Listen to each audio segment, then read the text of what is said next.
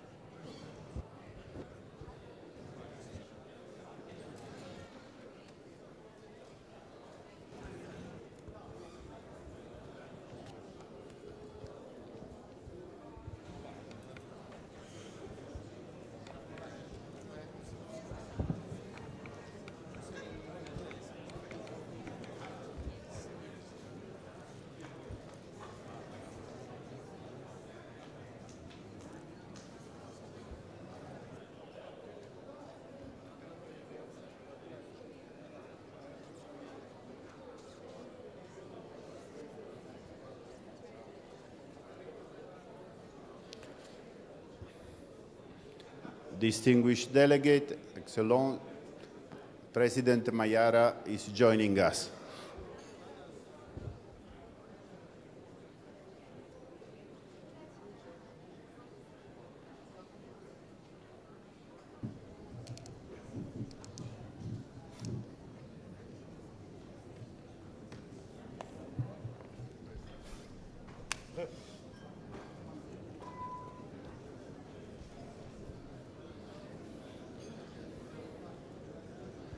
Est-ce que je peux demander à chacun de prendre sa May I place? ask you to take your seats, please? Thank you. Please take your seats. We are going to start.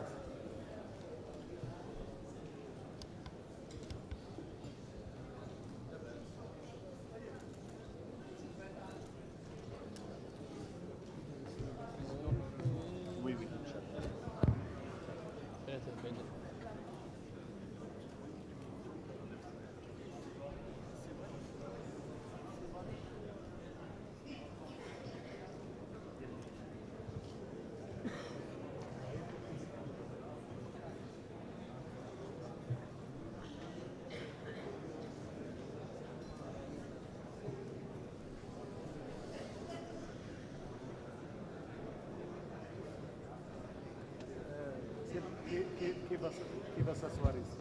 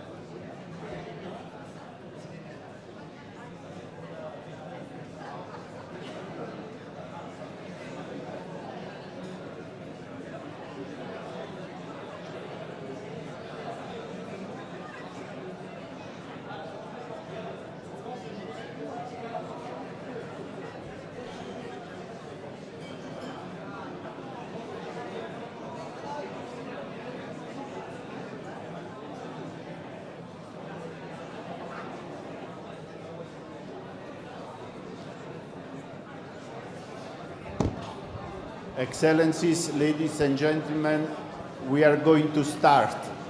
Madame, Monsieur, Excellences, nous sommes Your Excellencies, we're about to start.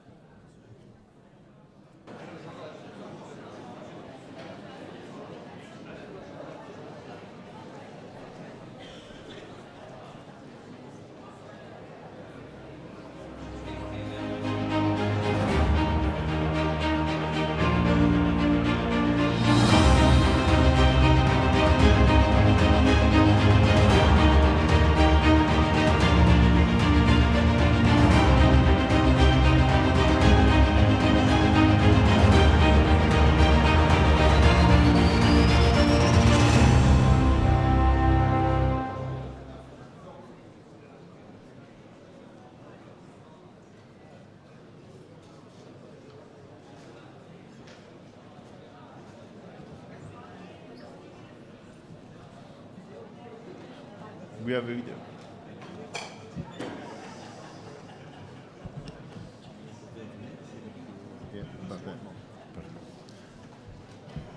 Excellences, Your Excellencies, honorable délégués, distinguished delegates, Excellencies, distinguished delegates, ladies and gentlemen. It is my pleasure to welcome you to Marrakech for the second edition of the Economic Parliamentary Forum, which is a very important event on the international agenda, well beyond the geopolitical dimension of our assembly.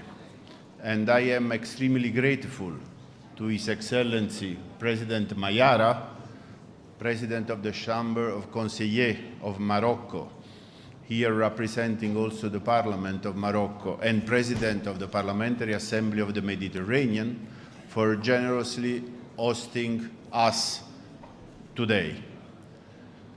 Before we start the work, I would like to say a couple of things which put in a larger framework the reason why we meet today. A few weeks ago, we were in New York with a delegation of PAM, and we met with His Excellency Gutierrez, the Secretary General, and with the President of the General Assembly, the 78th session.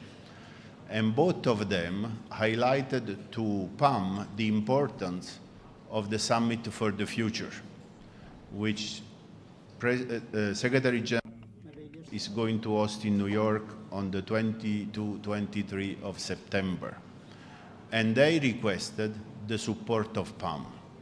The support of PAM means our support, the collective effort toward a better governance of the international affairs, a better governance of the multilateral system, which does not go only through what have been the many attempts to reform the Security Council, for instance, but also through sustainable development, economic integration, social welfare. In a better world, we can hope for security for all of us. So this meeting today, this forum, thanks to President Mayara, contribute to the global efforts for a better society for all our people. Said so, I know that we have a short video, and then we will start with the work of the forum. Thank you. Representatives of more than 30 countries meet in Marrakech on the 11th and the 12th of July 2024 to participate in the Euro-Mediterranean and Gulf Economic Parliamentary Forum at its second session. The forum has been identified as a major interface for parliamentary diplomacy and a critical mechanism in the debate on the most urgent economic and environmental issues in the Mediterranean and Gulf regions. The forum's second session raises further common issues for discussion through thematic sessions, through which organizers look forward to a transformation in the face of major social and economic challenges from climate change and promoting economic integration in the region. At its second session, the forum seeks to continue to work towards the emergence of a more integrated economic and financial zone, while ensuring the implementation of more sustainable practices and the transition to green energy capable of reducing the impacts of climate change and increasing energy autonomy. This video has the value of 1,000 words. You understand that different from the first session, this focus on the critical strategic issue of energy, energy transition, energy sustainability, energy affordability, because without energy, our society is nothing. And also to the economic implication, the business, the necessary interaction between the private sector and public sector if we are serious about the energy transition and also to protect our environment. The final goal is human security, which also goes through food security, as you can imagine. Said so, I have the great pleasure and honor to invite His Excellency President Enam Mayara to open our forum today. Thank you very much.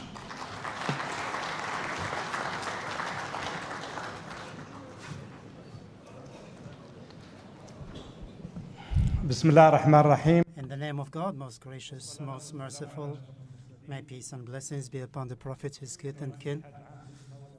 Distinguished President of the General Confederation of Moroccan Businesses and our partner in this blessed day, distinguished heads of the speakers of the parliamentary assemblies, distinguished members of senates and shura councils, distinguished heads of parliamentary assemblies, honorable experts, academics, distinguished participants, ladies and gentlemen, distinguished presidents of Beit Mal al-Quds al-Sharif, and distinguished members of the media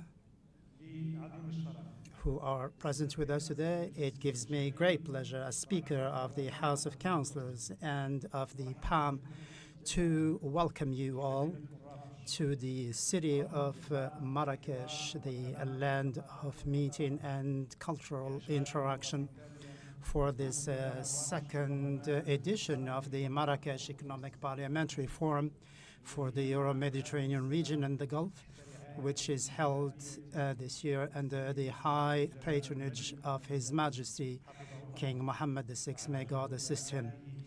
Its agenda includes very important items, strategic items for our countries and our unions. It also represents an extension and a substantiation of the recommendations of the first edition of the Marrakech Economic Parliamentary Forum. All of this is part of a dynamic strategy which we laid down during the meeting held in December of last year, and which was very successful. It laid the ground for strategic cooperation, regional cooperation between the Euro-Mediterranean region and the Gulf states, as well as our guests from Latin America. I would like also to extend my sincere thanks and appreciation to all the participants who are here with us today in this very prestigious forum that brings together parliamentary assemblies from Africa, the Arab world, the Middle East, and Latin America. I wish you all a very pleasant stay in your second home, the Kingdom of Morocco. And I would also like to thank all the stakeholders that have been involved in the preparation of this forum, and I'm sure that our meeting will be successful, not only because of the efforts that have been made to prepare for the conference and the special academic guidelines that we followed, but also because of the expertise and professional competence that will be displayed by the various participants in this conference. We, of course, rely on their contributions to enrich the debate and provide us with the expected recommendations. It goes without saying that the convening of this meeting is taking place in a juncture that is characterized by a number of challenges and risks that are multifarious and multidimensional, and that they are due to a number of factors that relate to climate change, to the continuing impacts of COVID-19, the growing crises, the war in Ukraine, and what is happening in the Middle East, in addition to a number of hotbeds of tension. And therefore, we have major responsibilities in order to make sure that this international platform serve for the promotion of sustainable and comprehensive development, and also to ensure that we live up to what others are expecting from us, and that we contribute to more stability, greater stability from the economic, from the social and security perspectives. Given there is a risk of food security, problem with the energy crisis, and the access to basic commodities. All of this show that the current situation is uncertain and it is volatile, and therefore, taking all of this into consideration, we can say that this conference and the topics it will tackle are extremely important, and we look forward to working on them over the next 2 days so that we can take stock of what is going on and come up with potential solutions, given the interest that the international community takes in addressing these issues. And this is in keeping with our role as parliamentarians. This is directly related to the efforts made at national level as well as part of multilateral cooperation.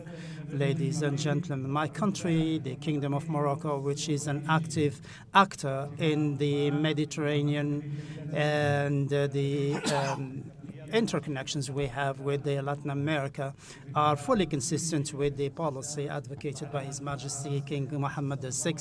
May God assist him, and that brings together various institutions, including, of course, the Parliament. And this is the object of a lot of appreciation and consideration, the aim being to come up with innovative solutions in order to address the challenges that we are facing in the sectors and fields that constitute a priority for us. And therefore, in this regard, we have to say that Morocco was among the first countries to look for sustainable solutions so that we can be among the pioneering countries as far as funding energy solutions and hydrogen-based solutions are concerned. And one of the aims also is to make sure that these renewable energy sources can bring or attract further investments. And we have laid down the institutional framework, and the Kingdom of Morocco has been working on modernizing and updating that framework. Morocco has been playing a key role in this regard and has lived up to the prerogatives given to it by the Constitution of the Kingdom of Morocco. And the Parliament has been playing a key role in this regard. The Kingdom of Morocco, in this regard, given its strategic location, makes it a region or a linking point between Africa, the Arab world, and Latin America. And we have, in this regard, major convictions as far as the cooperation is concerned, especially South-South cooperation, as embraced and championed by His Majesty the King. And of course, we have to develop in this regard the necessary public policies in order to champion and steer initiatives that can help us achieve common objectives as far as comprehensive development is concerned, especially in the African hinterland. Therefore, it is important that we continue to cooperate and promote the cooperation with sister countries, especially in Africa, in order to ensure that we promote sustainable development in this regard. I would like to refer in particular to the Atlantic Initiative that was launched by His Majesty the King, and that represents an exceptional framework for the promotion of multi-dimensional African cooperation to help with the emergence of a more prosperous, more stable Africa.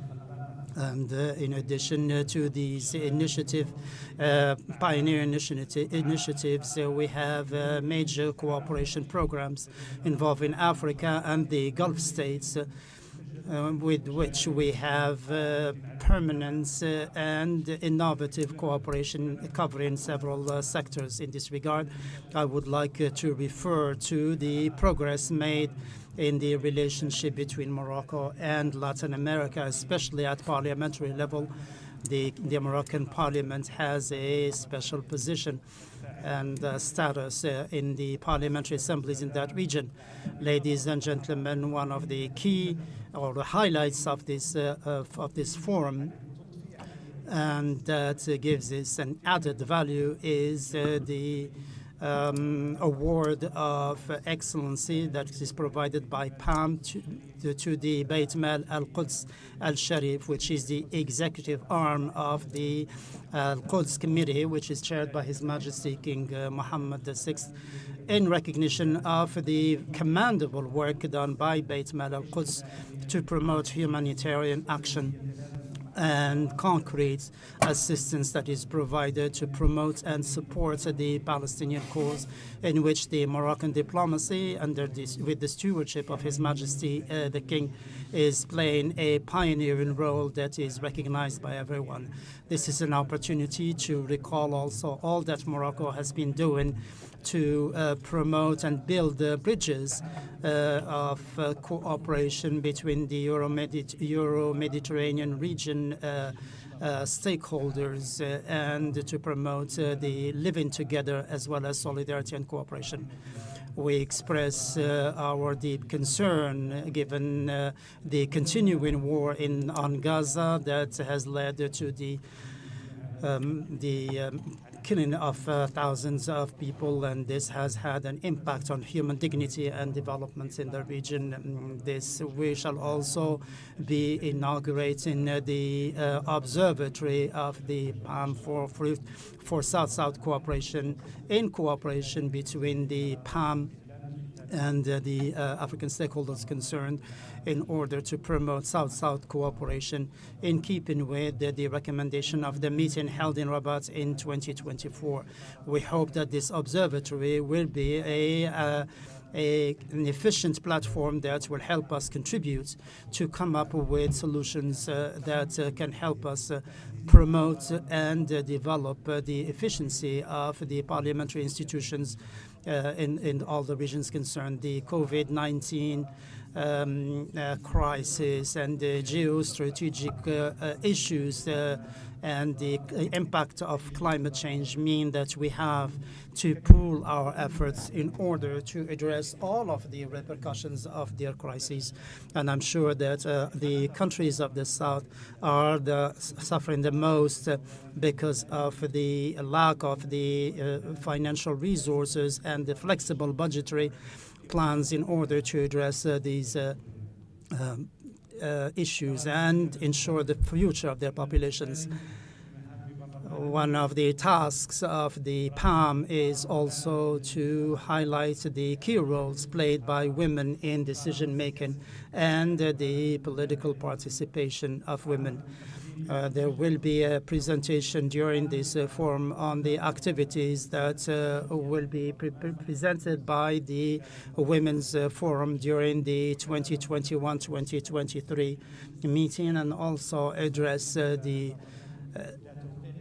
also include the signing of a cooperation agreement between the Women's Parliamentary Forum and the network of women parliamentarians in Africa. To conclude, I would like to reiterate my thanks to you, and I wish the second edition of the Marrakech Economic Parliamentary Forum for the Euro-Mediterranean region and the Gulf states every success for the benefit of our countries. And I hope that this session will lead to concrete proposals and recommendations that will promote cooperation and complementarity between parliamentary institutions involved, and also to be in cooperation with our partners from the private sector, academic circles, and professional organizations.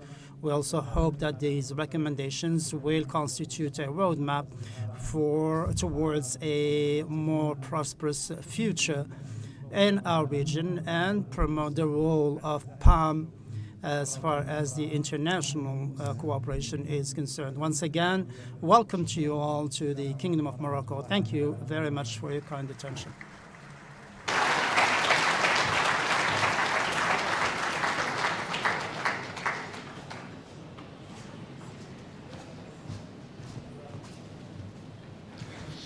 I would like to thank President Mayara for his opening speech.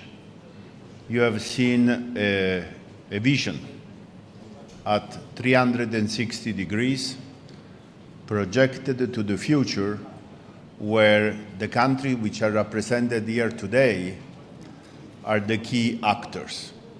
And the overview that he has given is really respecting the real situation and the challenges ahead of us.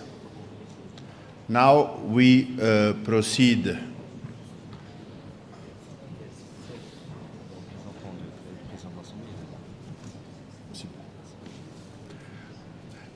Now I have the pleasure to invite to the podium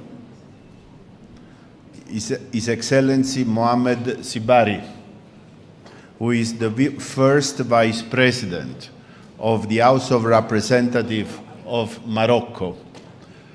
And Monsieur Sibari, j'ai le plaisir de vous inviter au podium. Vous êtes arrivé pile. Thank you.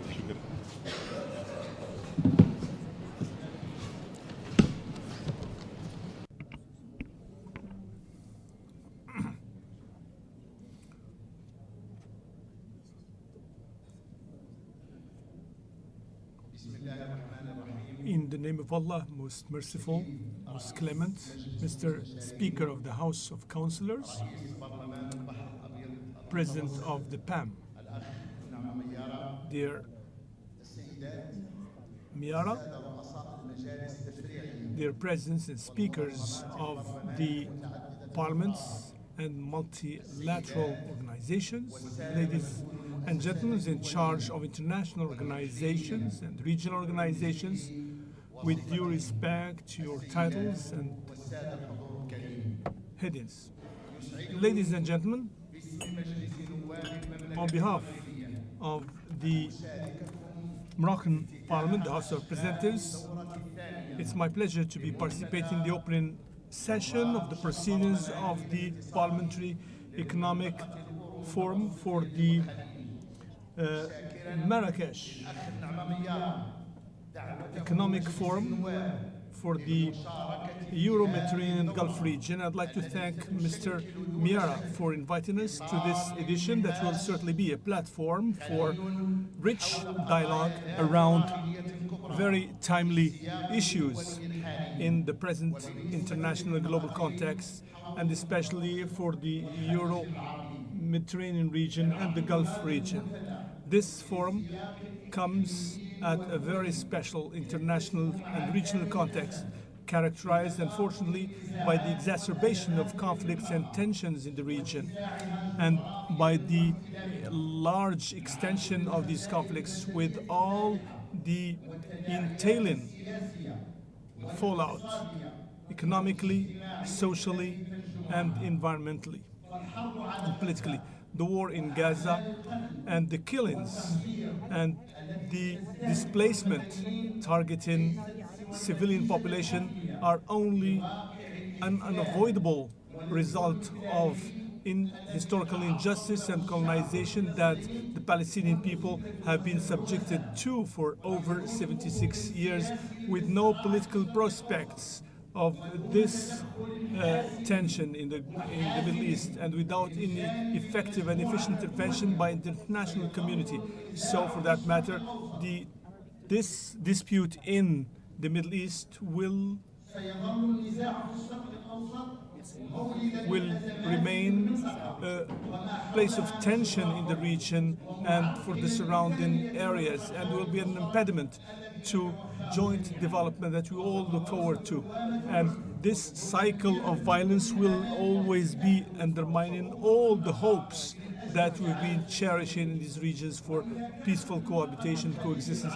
If the Arab Gulf region, or at least the 6 brotherly countries, have made big strides towards cooperation and understanding and unification before all the disputes there and international interference. However, the Mediterranean region is still that area where we have seen a buildup of so many weapons, and around which we have had the most acute problems and crises, with all the human repercussions and all the economic repercussions. We've had migration, displacement, and all other tragic aspects are partly the results, unavoidable results of wars and tensions and the lack of security. And all these are factors that come into play to exacerbate environmental problems like desertification, drought, and also deforestation and water scarcity that we see in the Mediterranean region. And in the midst of all this, this forum comes to be organized to focus mostly on 2 aspects of moving to green energy and supporting business leadership and entrepreneurship. So, this is not just about one of the basic responses to the issue of energy scarcity and the increase in its prices, but relates also to achievement of a number of challenges in our 2 regions, the Mediterranean and the Gulf. So we need this to be a key lever for joint effort to save our planet. And we can capture all the issues in what follows. The first challenge relates to contribution towards the reduction of gas emissions leading to global warming, as has been agreed upon in what has been agreed upon in Marrakech, Paris, Bonn, Sharm el-Sheikh, and lately Dubai. And this is about political responsibility and ethical responsibility, moral responsibility towards sustainability and for the safety of next generations. Second challenge relates to making transition to green energy at the core of transition to larger economy, because of its dynamics and because of what this provides in terms of investment and employment and innovation that makes life easier. So the third challenge for that matter relates to reduction in expenditures resulting from traditional energy expenses, because this takes the bulk of the budget, and this has definitely an impact on the prices of all products and services, and this definitely has an impact on many aspects of social stability and political stability for that matter. The fourth challenge relates to a cross-cutting challenge pertaining to achieving sustainable development through the rational and optimal use of natural resources in land and in sea, and making it possible to achieve natural cycles and environmental balance, and also making it possible to have a safe environment for urbanization so that we can make urban agglomerations viable and in line with population density and the need for movement and mobility. Ladies and gentlemen, this might not seem so possible as we are planning to face up to these challenges, but this is all the more important for us when it comes to achieving and making this happen, where we see so many impediments and challenges. So there is no way for us to achieve this unless we work together jointly in a solidarity-based manner, and also and mostly by having joint political will. On top of these challenges, we see finance scarcity and sources of investing in green projects. This is an impediment that comes in the way of achieving so many ambitions and aspirations, despite the launch of many mechanisms and tools to face up to environmental imbalances. And in this we can mention the Green Fund for the Climate, aimed basically at supporting countries with a lot of precariousness. So, and we need to make, for that matter, financing accessible to countries. So without that, international contracts to move to green economy, not possible. So the second challenge relates to having access to technology used in energy production in terms of renewable sources, because of the increase in prices, and also because this is submitted to patent regulations and so on and so forth. So this affects so many ambitious projects for that matter. The third challenge or impediment comes as in the form of strict regulations, like low carbon on different transactions and on goods that come from South countries. And this curbs the dynamics of gradual transitions to green economy. For that matter, we think that combining these two factors and the skills and the human resources that actually southern countries and East Mediterranean countries have, and also thanks to the resources that our brothers in the Arab Gulf have,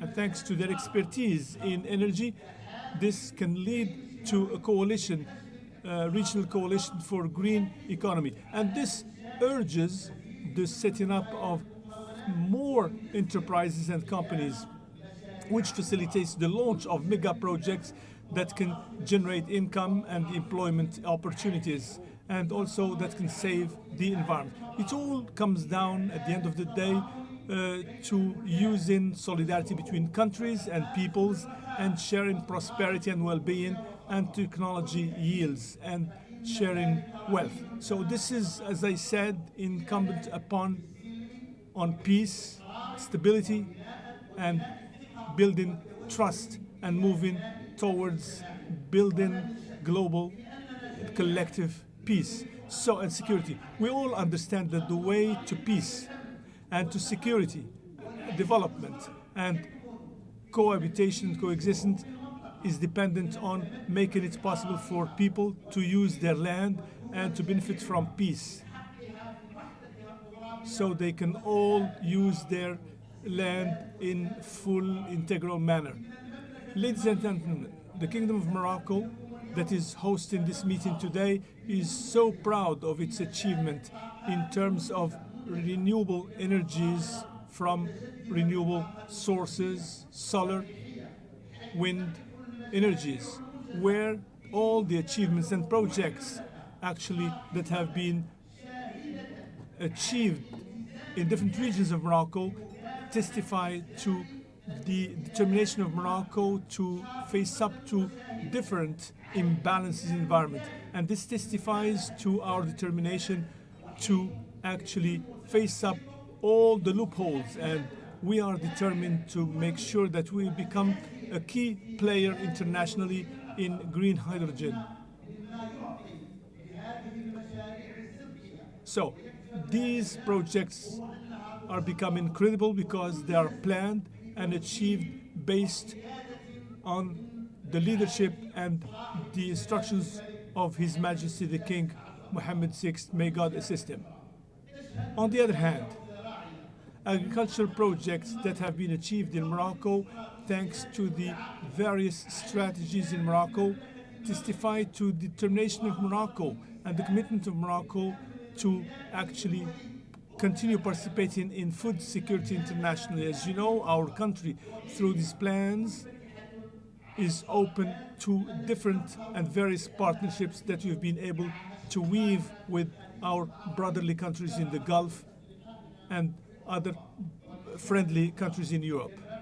On the other hand, let's always remember that the depth of the Mediterranean basin and the Arab Gulf, the basis is there in Africa with promising resources in green economy. So these resources are all the more in need of partnerships and financing so they can turn into wealth that all the people in the African continent can benefit based on win-win transactions. Needless for me to remind you of the steady commitment and the relentless engagement of Morocco under the leadership of His Majesty the King towards the sustainable development in Africa. And this has been concretely seen in structural projects and in so many strategic initiatives that are ambitious to develop the African continent that needs actually to take its own fate in hand. The latest of which is the Atlantic Initiative that seeks some form of economic African integrity so that many African countries can actually have an opening to the sea with all that this requires in terms of strategic and structural equipment. And definitely energy will be at the core of all this. So thank you for your kind attention.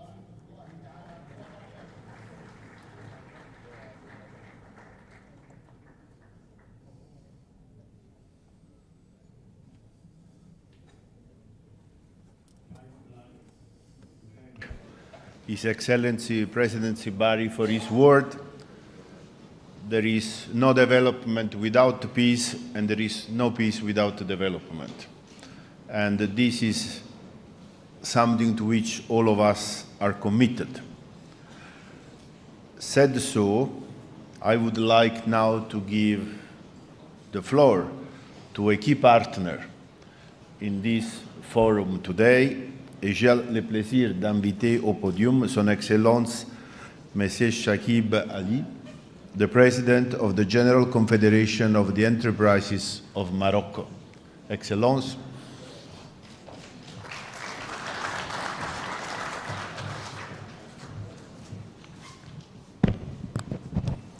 بسم الله الرحمن الرحيم سيد رئيس مجلس. In the name of Allah, Mr. President of the House of the Councillors and the President of the Parliamentary Association in the Mediterranean, Mr. Deputy Head of the House of Parliament, Presidents of Parliament Associations and members of the Parliaments, Excellencies, ambassadors and representatives of the private sector, ladies and gentlemen.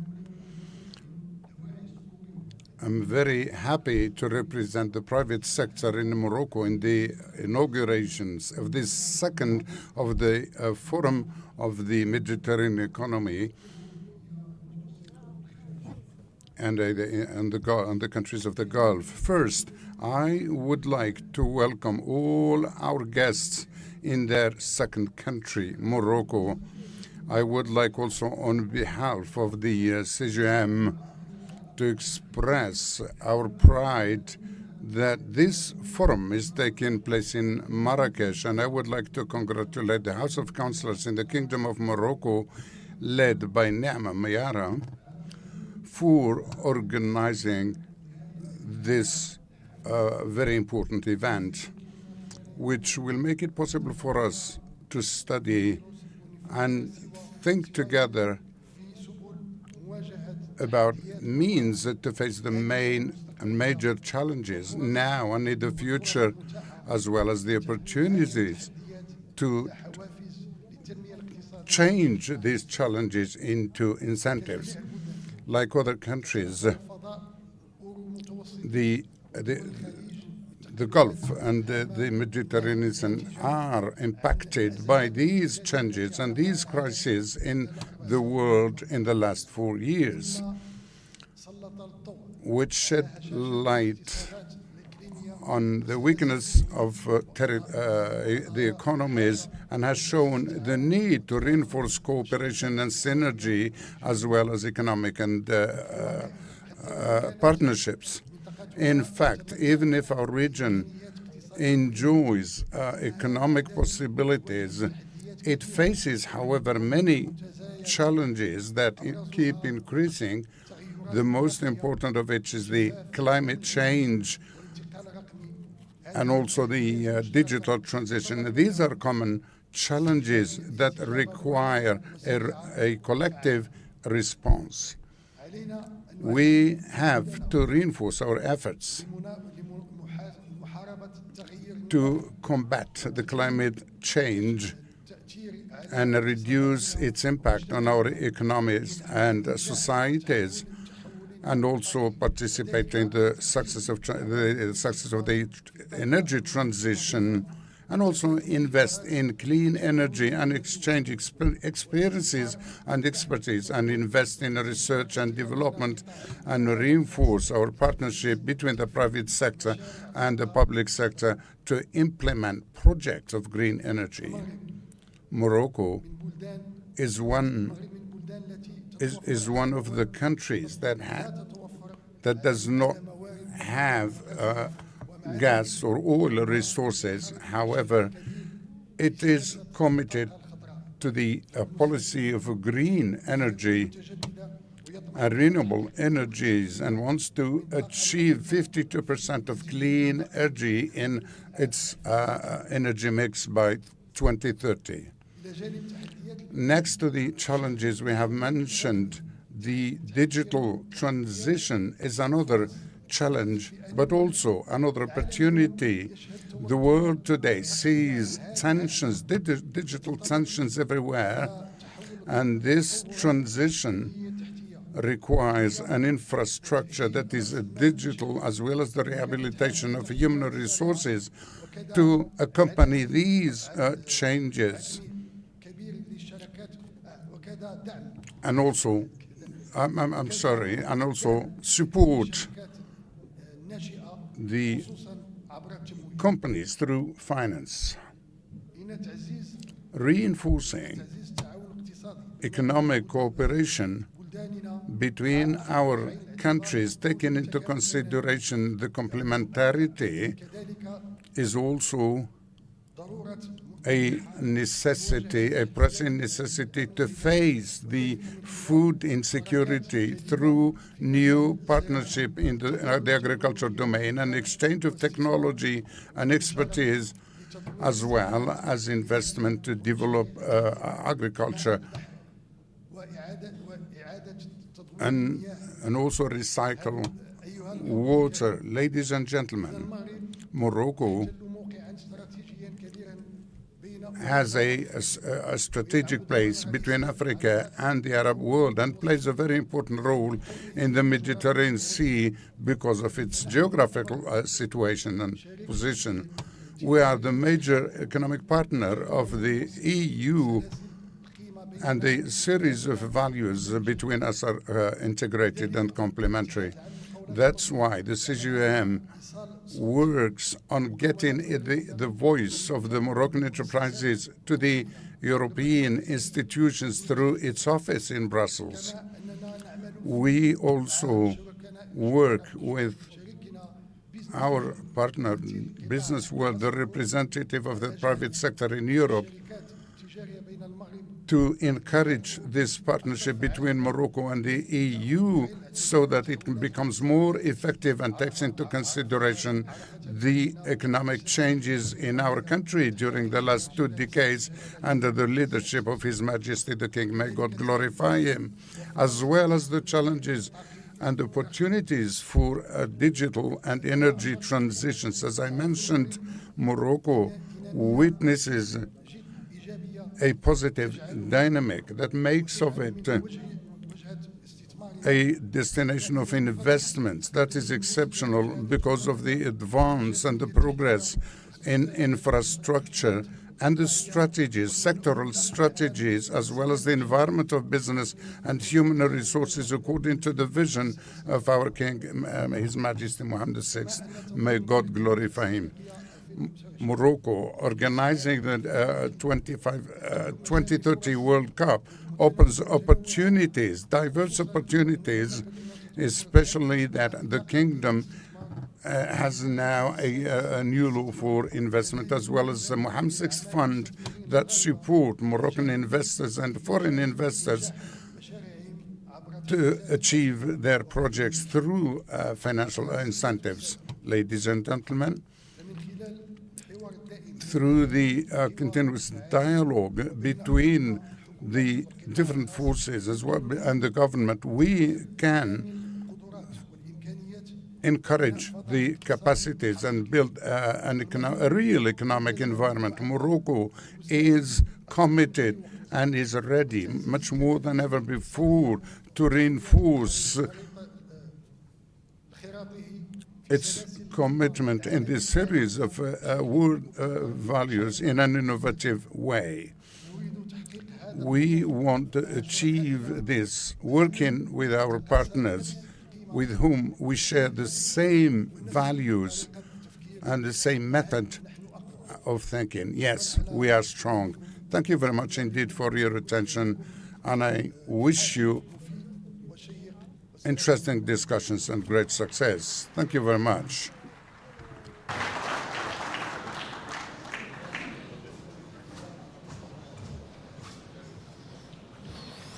Thank you very much for your insights, and to also had the opportunity to listen how the private sector, the industry, looks at the same challenges. And I can see that there is convergence on the approach to be followed, particularly for what the food security and energy transition is concerned.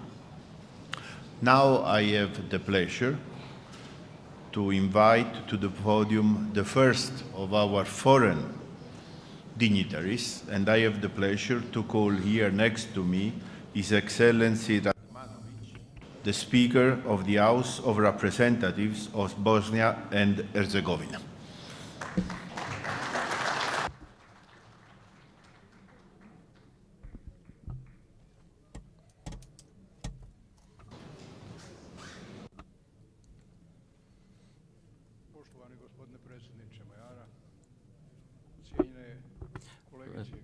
Dear colleagues, participants of the Parliamentary Forum, ladies and gentlemen, it is my honor and pleasure to greet you all on behalf of the Parliamentary Assembly of Bosnia and Herzegovina at this important event.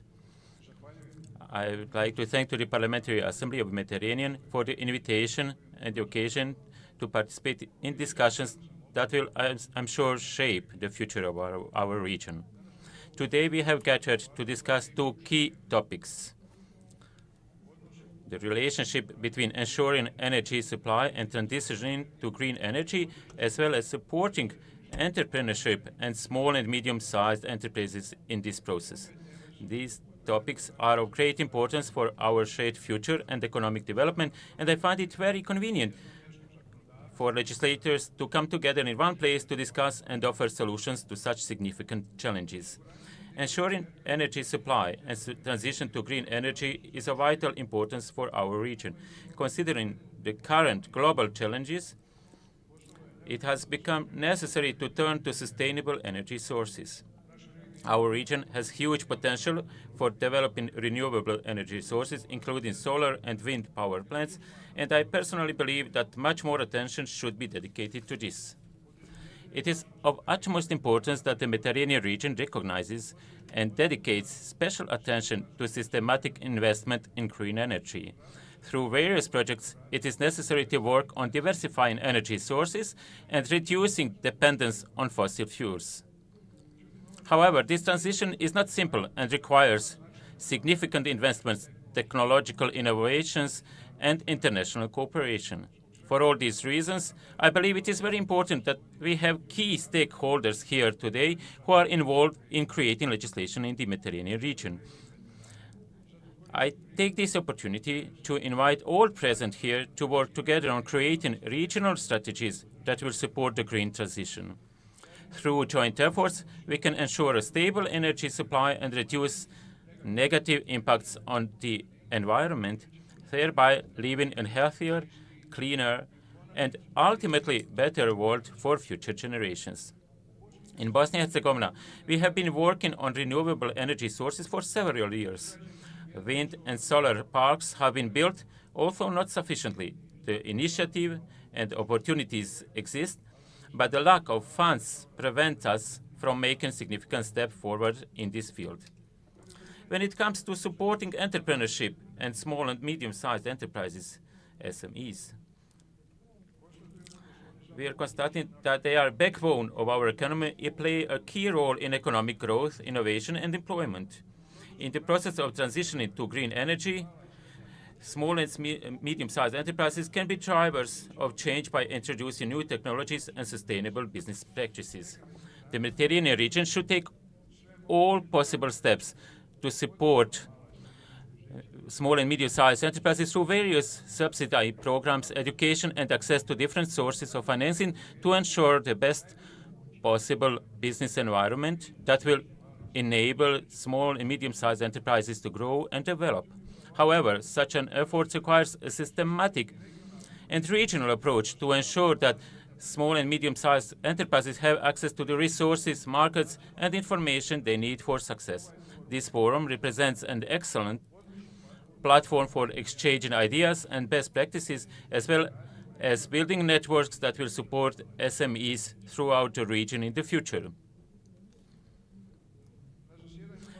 At the PAM session in Portugal 2 months ago, we discussed about artificial intelligence. On this occasion, I would like to emphasize that AI can also play a very important role in this area of green transition. By using AI, we can better predict energy consumption, thereby improving the optimization of power plant operations, which can be an important step towards enhancing energy efficiency. In addition, I want to highlight the importance of aligning relevant legal frameworks to ensure safety and ethics in the use of AI, with a particular focus on the field of energy. Adequate legal frameworks will help prevent misuse and ensure that the use of AI brings only benefits to humanity. As conclusion, I believe that through joint efforts we can overcome the challenges before us and build a sustainable future for our region. I invite all of you present here to actively participate in the implementation of the ideas discussed today and to contribute with their own ideas and experiences. I take this opportunity to once again thank the organizers for allowing me to be part of this significant event, which can, without any doubt, serve as an excellent platform for further work on issues important to the Mediterranean region. I look forward to fruitful conversations and discussions and to the cooperation that will emerge from them. Thank you, ladies and gentlemen.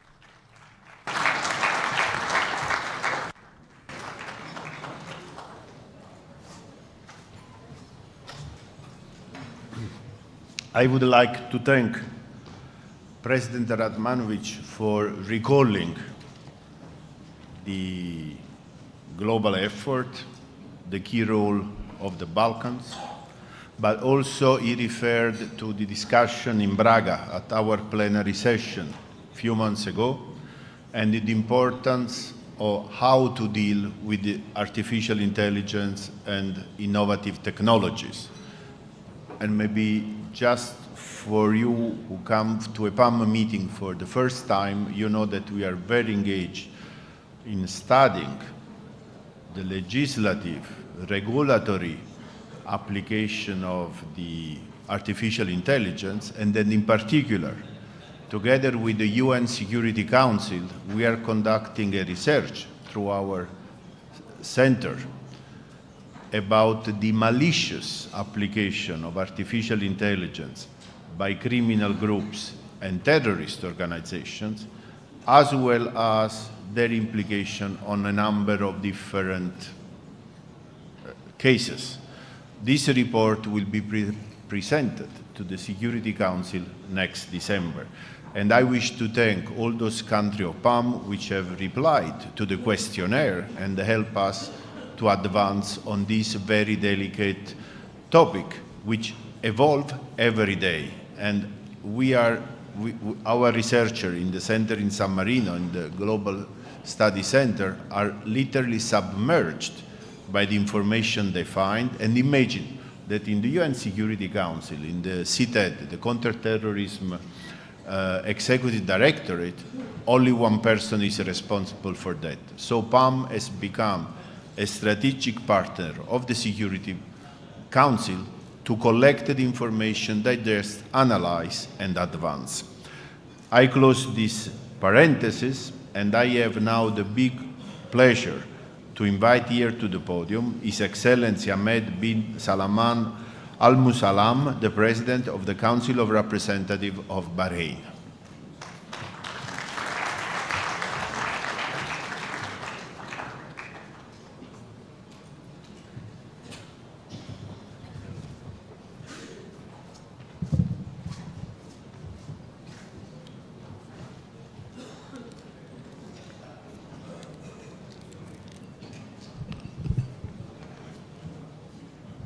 Bismillah ar-Rahman ar-Rahim. In the name of Allah, the most merciful, blessed and praise be on the Prophet as well as his followers. Your Excellency, Mr. Nama Yara, President of the Chamber of Councillors in Morocco and President of the PAM, Excellencies, Presidents of Parliaments and members of the Parliament and the PAM, and presidents of the councils and associations in the region. Dear guests, ladies and gentlemen, Assalamu alaikum wa rahmatullah. I'm very delighted to be with you today here in the second edition of the Marrakech Forum of the Mediterranean and the Gulf, that is the PAM. And we'd like to thank you very warmly and thank Mr. Ni'ma Miara, Chair of the Chamber of Councillors and Presidents of PAM, for his invitation and for the hospitality. And we would like to comment here the ties, the deep ties between the Kingdom of Bahrain and the Kingdom of Morocco. because they're subject of interest on the part of His Majesty Isa Al Khalifa, King of Bahrain, and his brother, His Majesty Mohammed VI, King of the Morocco. May God protect and glorify him. And we would like to congratulate the Kingdom of Morocco for the celebration of the Throne Day, which is coming up very shortly, when Mohammed VI came to power, imploring God to give all success to the Kingdom of Morocco under the leadership of His Majesty. Mr. President, ladies and gentlemen, the Marrakech Forum is very important and a platform for political discussions and cooperation in all domains, and also a bridge to reinforce effective cooperation with parliaments and economies in both private sector and public sector, in order to exchange and share experiences and expertise. Our region is very rich in terms of human resources and natural resources, and enjoys many common points like culture, which imposes on us to work in order to work on our diplomatic activities for sustainable economic solutions and strategic partnerships. We would like to say here that we need to make it easy to reinforce research in environment-friendly projects and in the production of clean hydrogen, which will help countries and the stability of their economy. Mr. President, ladies and gentlemen, the Kingdom of Bahrain, under the leadership of the King of the country, may God assist him, and under the follow-up of Salman bin Hamad Al Khalifa, the Prince, the Throne Prince, it continues its work in order to achieve its environmental commitments by something like 30% in 2035, and also increase green spaces and double its efforts in the year 2060. The environment of business also in the kingdom is the subject of interest, and they're developing very quickly. And also investments are encouraged, because one of the main pillars for the economy of Bahrain. The Kingdom of Bahrain has achieved, after 2024, about the competition, and it ranked 21st in the world in 2024, and ranks first in the world, and is also in the first 10 ranks for other indicators. This reflects the efforts of the Kingdom of Bahrain to build a strong economy and create an environment of business that is very positive, in order to attract businessmen and women, and also the ability of the government to work in order to achieve this in partnership with the private sector and the public sector. Mr. President, ladies and gentlemen, the Kingdom of Bahrain believes very strongly that there is no development without peace, and stability at the international level will not be achieved as long as we have a crisis everywhere, especially the Palestinian case and the right of the Palestinians to have their own country, a free country, according to the two-state solution, according to the international agreements. This is something very essential for the region, and the war against the Palestinians, without any respect of international human rights, is an obstacle for efforts of peace, both now and in the future. And we're expecting the Marrakech Forum to support the initiative of Bahrain to host an international convention for peace, which it declared in the 33 edition last May. In conclusion, the people of Bahrain wanted to join the PAM based on its interest in joining this in order to achieve more cooperation for the interest of people, and we'd like to ask you to help us to do so.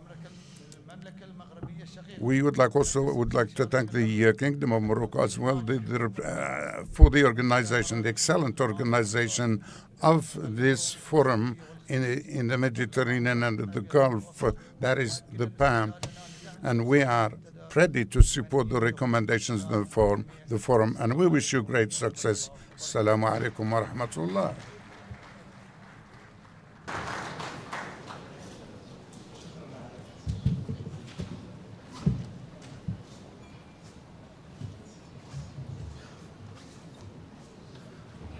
I would like to thank His Excellency the President of the Council of Representatives of Bahrain for his insight, for the vision of his kingdom, the approach, and I appreciate the interest and commitment to work together with the PAM and become a full member of PAM. Thank you, Excellency, for your words. Now, we cross the ocean, and I have the pleasure to invite to the podium Her Excellency Ms. Fabiana Martín, President of the Mercosur Parliament.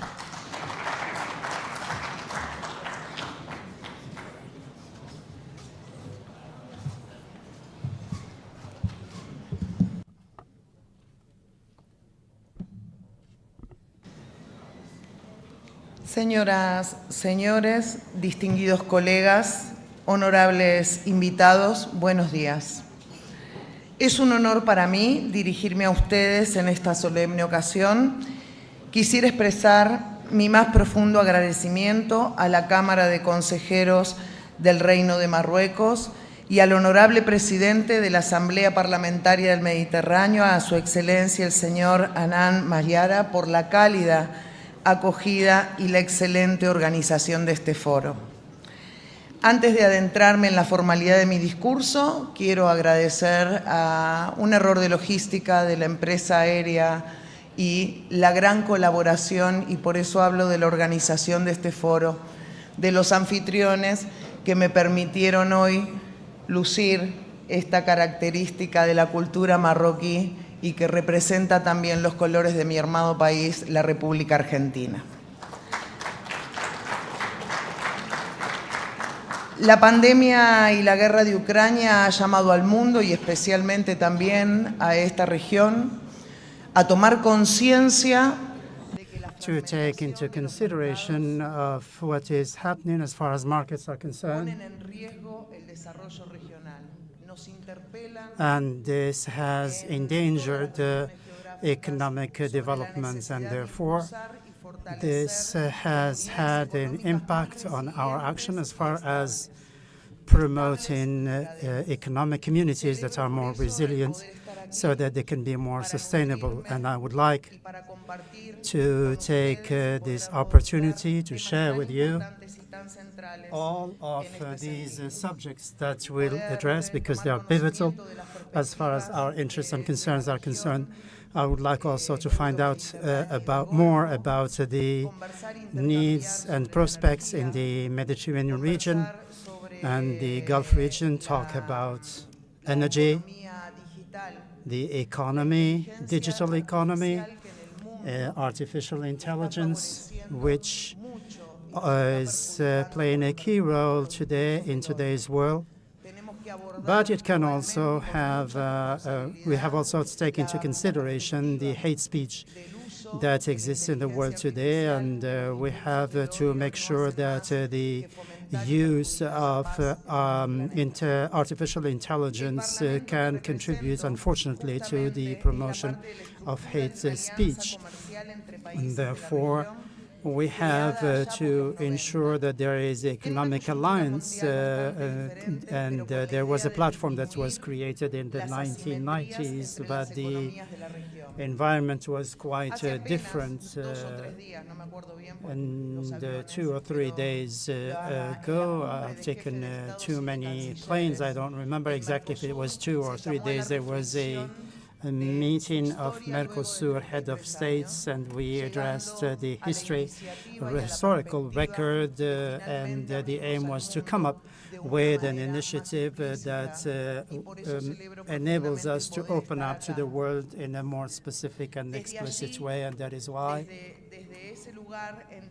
I'm happy that I've been able to join you here.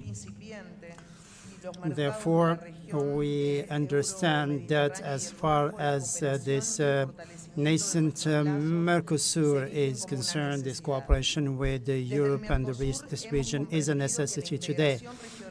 We understood that regional integration is a powerful tool that can promote sustainable development, given the cooperation that has transformed a number of economies, contribute to change in the living conditions of our populations, and promoted peace. All of these elements and factors have to be taken into consideration as far as the Euro-Mediterranean and the Gulf region and Latin America are concerned. And therefore, it is important in this regard for us to reinforce our cooperation in key sectors such as energy, technology, education, commerce. We have to promote the exchange of experiences and innovation and competitiveness, also the transition to sustainable and renewable energy sources. Digital economy is also a major challenge to be tackled. As far as the cultural and cultural cooperation is concerned, it can play a key role in promoting mutual understanding and the friendship between our countries, and we need to get to know each other better, and this will help us to promote sustainable cooperation. We can sow the seeds of prosperous cooperation in this regard, and we have to underline also the importance of parliamentary assemblies. The parliamentary diplomacy makes it possible for us to build bridges for greater cooperation that exceed borders and whatever divergence or differences we may have. This is something that has to be constantly built and reinforced, and we have to also promote an environment based on confidence and trust. Since the creation of Mercosur, it has contributed to promoting peace, and its action have also sought to promote peace and cooperation. These are fundamental values that we would like to promote. Peace is the cornerstone on which we can build more equitable societies and communities. At a time when the tensions are replete, we have, or our team in a lot of the regions, we have to make sure that we settle problems and disputes, promote mutual understanding. And I would like to talk on this more extensively on this aspect and insist on the vision of His Majesty King Mohammed VI, who as a leader has promoted genuine tolerance and promoted peace. And I think it is important to underscore the fact that the Euro-Mediterranean region is reinforcing its ties with Mercosur and our region in general. We are tackling similar economic challenges, and this means that we can reinforce our links and we can open up new opportunities and create a greater cooperation cooperation in as far as sustainability is concerned, and as far as technology and education is concerned. Latin America, with its great potential as far as human resources are concerned, its vibrant youth and entrepreneurial spirit gives us the ideal framework to promote this platform for cooperation between the Mediterranean, the Euro-Mediterranean region and the Gulf, and we can build an environment of peace and progress for the benefit of our communities and our economies. I would like to invite you today, if I may, to work together with great conviction through parliamentary institutions and influence public policies and make sure that our regions can benefit from can benefit from this cooperation. I'm convinced that the closer cooperation between the Euro-Mediterranean region and the Gulf is not just possible, it is necessary, and together we can build a future in which prosperity, sustainability, and peace can be the pillars of the sharing between our regions. I would like, before closing, to thank you for this invitation, recognize the leadership of His Majesty King Mohammed VI. Thanks to his initiative to promote international cooperation, he has been playing a key role in the development of our regions and has turned this South-South cooperation into a strategic pillar and has strengthened the friendship and confidence between the different parliaments concerned. From the Mercosur, I would like to tell you that based on this parliamentary influence and we share your values, and we shall be participating in all the platforms and forums that you will be organizing. Thank you for this opportunity. I would like to thank Her Excellency President Fabiana Martin for her words, and listening to what she said about, in spite the ocean separating us, how integrated are the questions and how the challenges are similar from a security, peace point of view, from an economic issue, the resources, climate change, and the attitude to governance. The only comment I can make, also in my United Nations capacity, if you allow me, is that maybe this is an opportunity, building on your words, with the agreement of President Mayara and President Centemero, who leads our economic affair, to study the opportunity for closer cooperation and maybe a memorandum of understanding, because so many things are in common, and only working together we hope for success. Said so, I have now the pleasure to invite to the podium Her Excellency Silvia Garcia, the President of the Central American Parliament, Parlacen.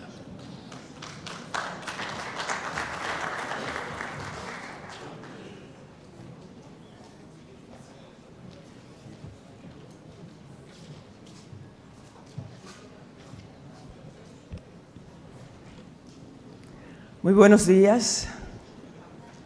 Agradecemos a Dios, nuestro sumo creador, que nos ha permitido. Good afternoon to you all.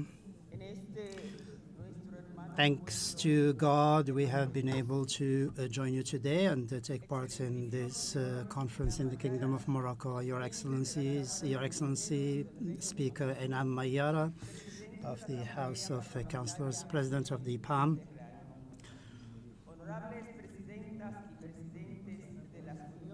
distinguished members of the interparliamentary unions and regional parliaments from Latin America, Africa, and the Arab world.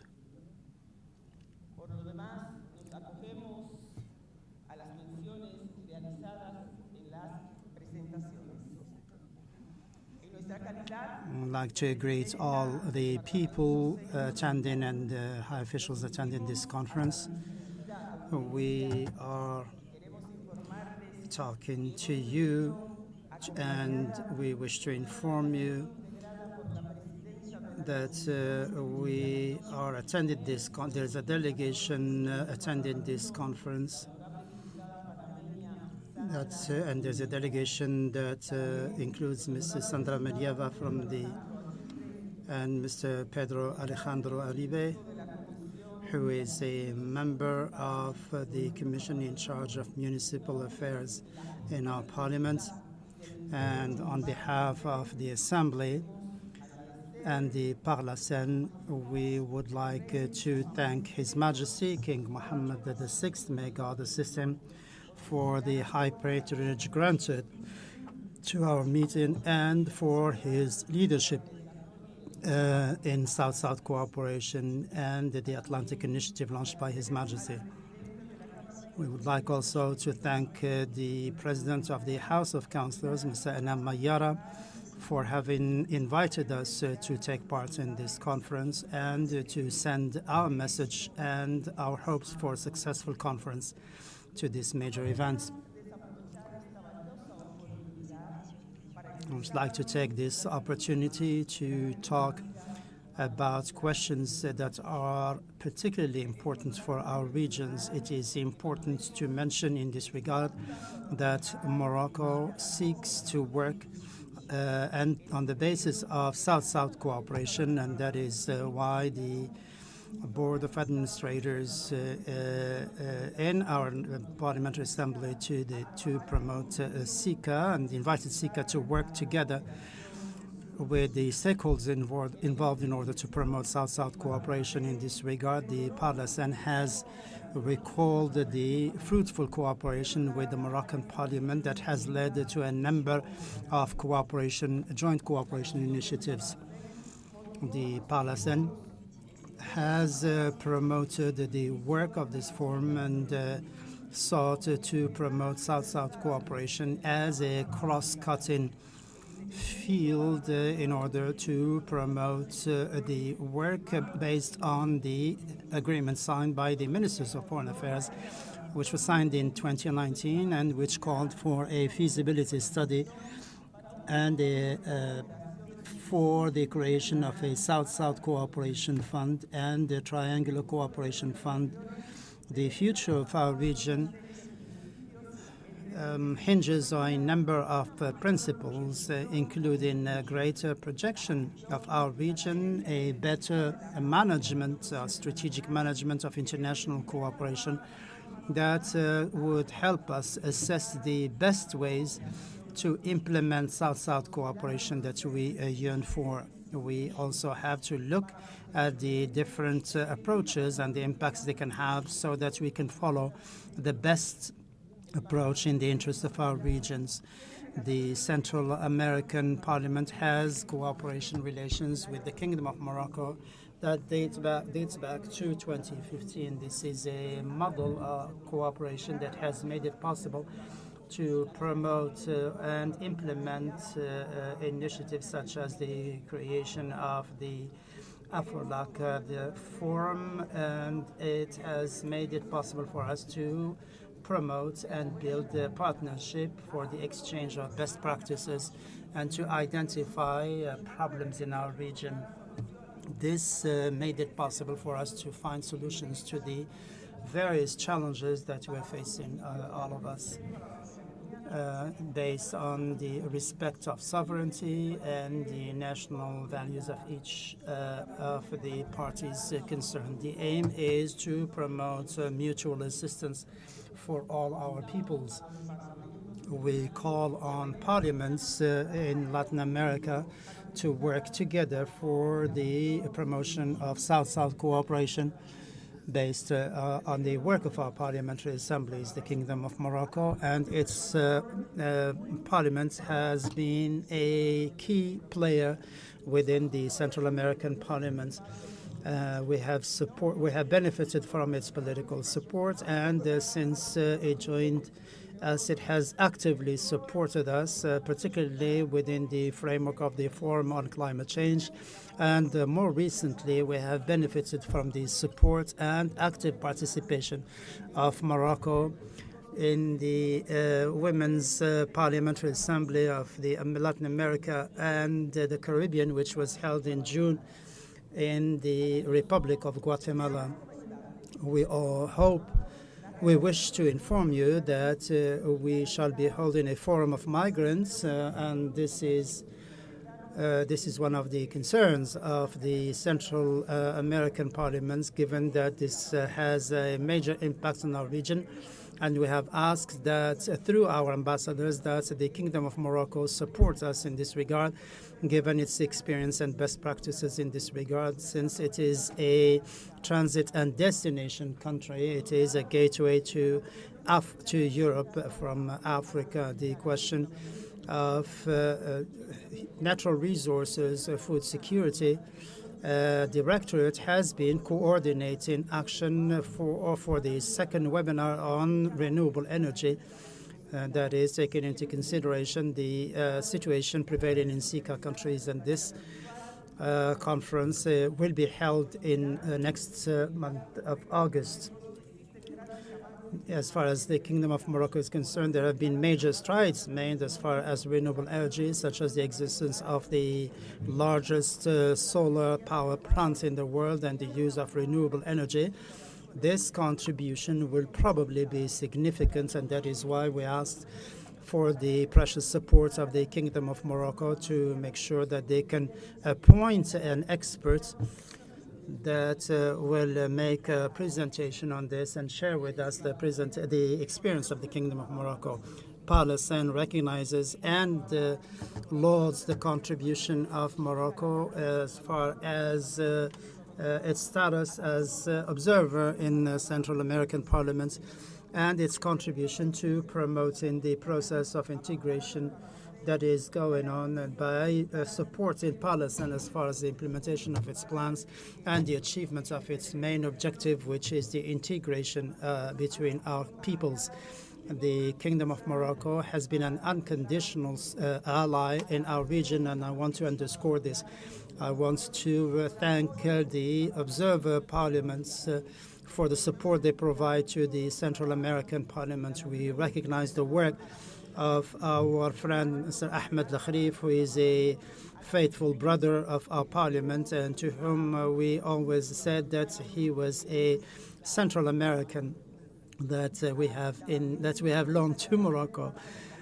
We would like to thank His Excellency, the Ambassador of the Kingdom of Morocco, Mr. Tariq Wazani in Guatemala, and the Ambassador of Morocco in the Dominican Republic, Mr. Hisham Dahan, who have brought unconditional support to the achievement of this cooperation between the Central American Parliament and the Moroccan Parliament, and to say that each time we needed their assistance and help, they were there and willing to help us, and that is why we would like to thank them and to extend our congratulations to the Kingdom of Morocco and the House of Councillors for holding this very important forum, and also to thank the administrative team working within the House of Councillors for the attention and the generous welcome extended to us. Thank you to His Majesty King Mohammed VI. May God assist him. He has always supported the Central American region and the Dominican Republic, and I hope that we shall all be blessed by the Almighty. Thank you.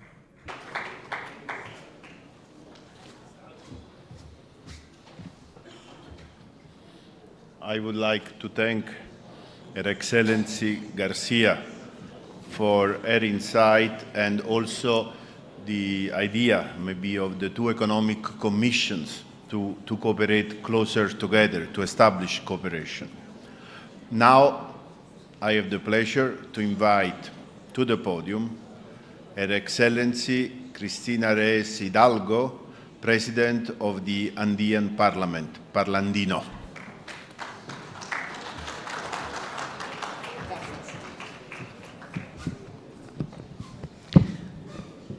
Buenos y bendecidos días con todos. Señor presidente. Hello, good morning, Mr.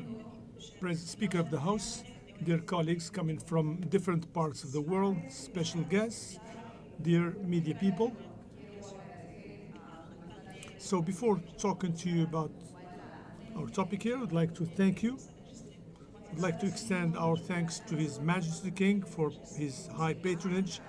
His Majesty has always been a key leader between the African world and the Arab world and the European world. I would like to thank everybody from different countries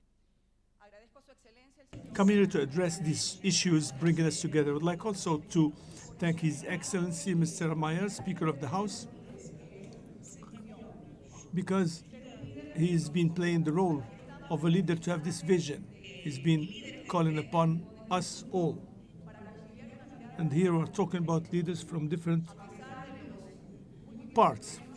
So despite all our differences, he's brought us together, despite the problems we've had, a world of injustice, of wars.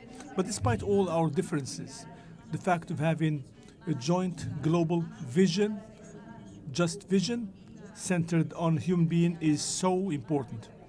So, and that's what we've been doing actually in South cooperation. I'd like also to extend my gratitude to all the members of the staff of the House of Councillors for their nice and warm welcome. Mr. Speaker, we say that we always go back to a place where we are glad.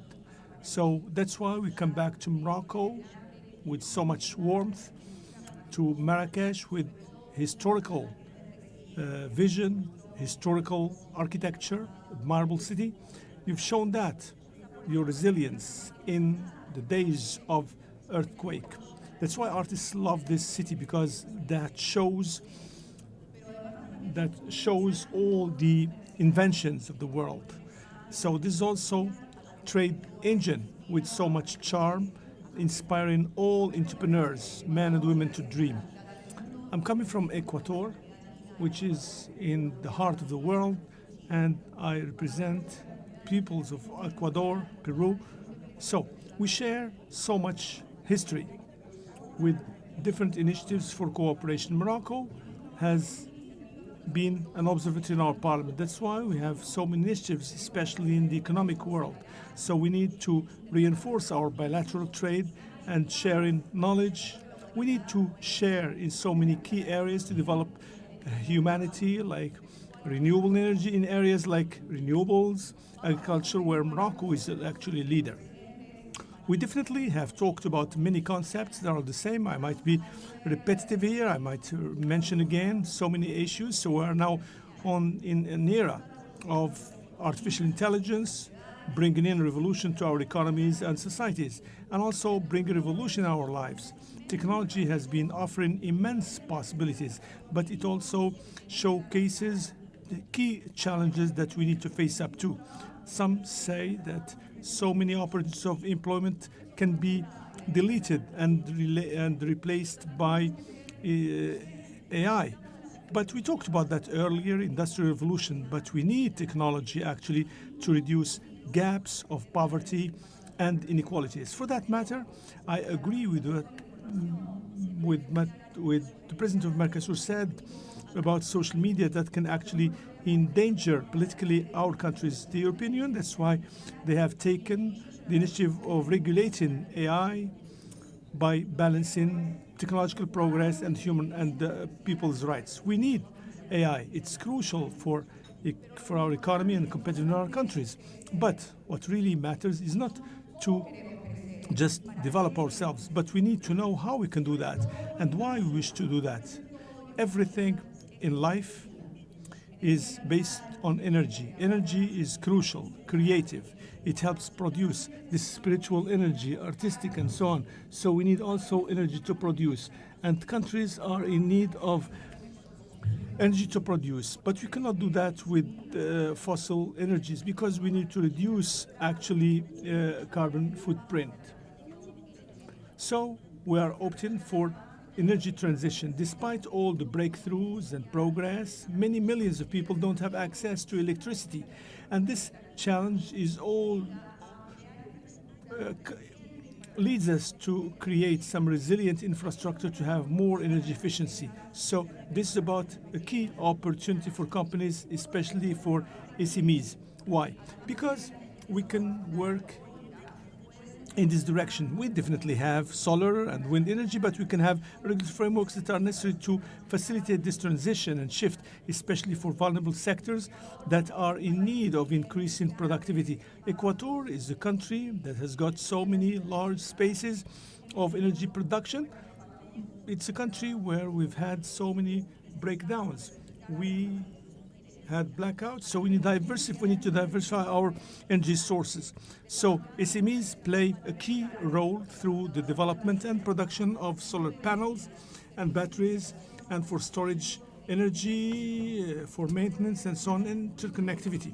This can further reinforce the impetus for circular economy for SMEs, and this can bring us towards sustainability. Colombia, Peru, Ecuador were neighboring countries who are working together to have interconnection model between different borders, to avoid breakdowns in electricity and blackouts, so you can have better energy efficiency.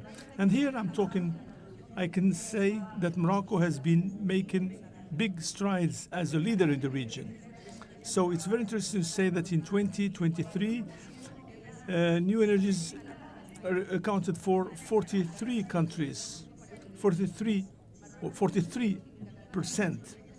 And Morocco has invested in many wind and solar energies, including Noor Middle 2 project. Mr. Speaker, as you have said, we have devoted large areas to draw actual investors as a platform. Morocco launched initiatives to support SMEs in the area of energies, contributing that matter in the development of the Mediterranean region. In a world that is increasingly interconnected and complex, our capacity to cooperate and adapt and work together will definitely be crucial for our collective success. It's our humanity. Diversity is represented in this room today. It's our capacity of empathy and cooperation and dream that will definitely draw the line for our future they want to build together. So union is important to have well-being for our current and future generations. So we need to move for more participation of women so we can have better well-being of the youth and women. And Morocco needs to keep being that bridge and meeting point so we can have exchange between our two continents. Once again, I would like to thank my brother and greater friend Mayara for his invite, and I'd like to thank you for your commitment for a more prosperous future. I think the challenge is so big, but each crisis can be a good opportunity. It's said that life is 10% of what happens to us, but 90% is the way we respond to what happens to us. So how can we then respond to these new changes? Are we going to keep things as they are, or are we going to take initiatives and move forward? That's a question I keep pending. I would like to address that to you. So thank you for being with us, and let's keep weaving our efforts together for a better future so it can be a place for haven for peace and security and stability. Thank you very much.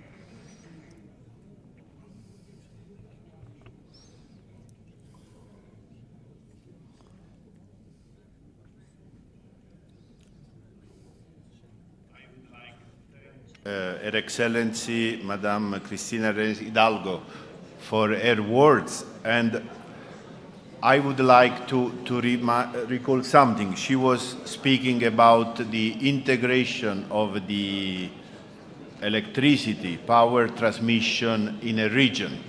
This is also something where PAM is working together with the MEDREC, with the METSO, and I understand that we need to complete the ring with the help of our friend from Libya as soon as possible in order to close the Mediterranean ring.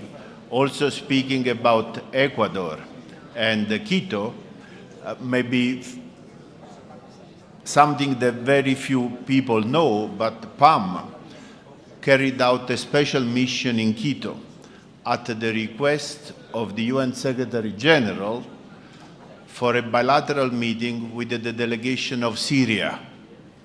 And it was in Quito, thanks to the hospitality of your parliament, that Syria became member of PAM, and we could work together at the peace discussion. So, special memory of this mission in Quito.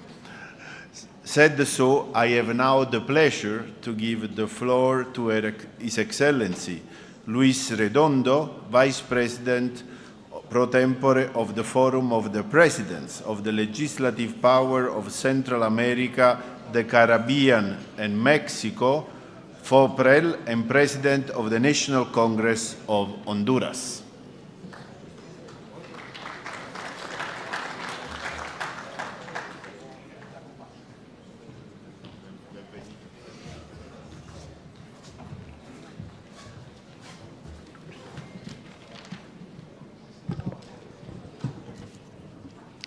Excelencias, distinguidos invitados. Excellencies, I'd like to start my speech by extending deep gratitude and appreciation to the Kingdom, to the House of Councillors and the Speaker of the House for his nice historical welcome. The city that warrants actually special thanks. I'd like to thank you for the leadership of His Majesty the King. May God protect him. So we've seen how efforts were geared towards unification and brotherhood, which will certainly be conducive to helping us meet the challenges ahead of us or that can arise in the future. So for the Honduras and for the Forum of the Speakers of the House, it's a pleasure for me to be here on the second edition of Marrakech Economic Forum, and also for the Euro-Mediterranean and Gulf region in this meeting, representing an opportunity for us to actually beef up dialogue and cooperation between parliaments, international organizations, private sector. Now, since 2011, the speakers of parliaments that we have in FOPREL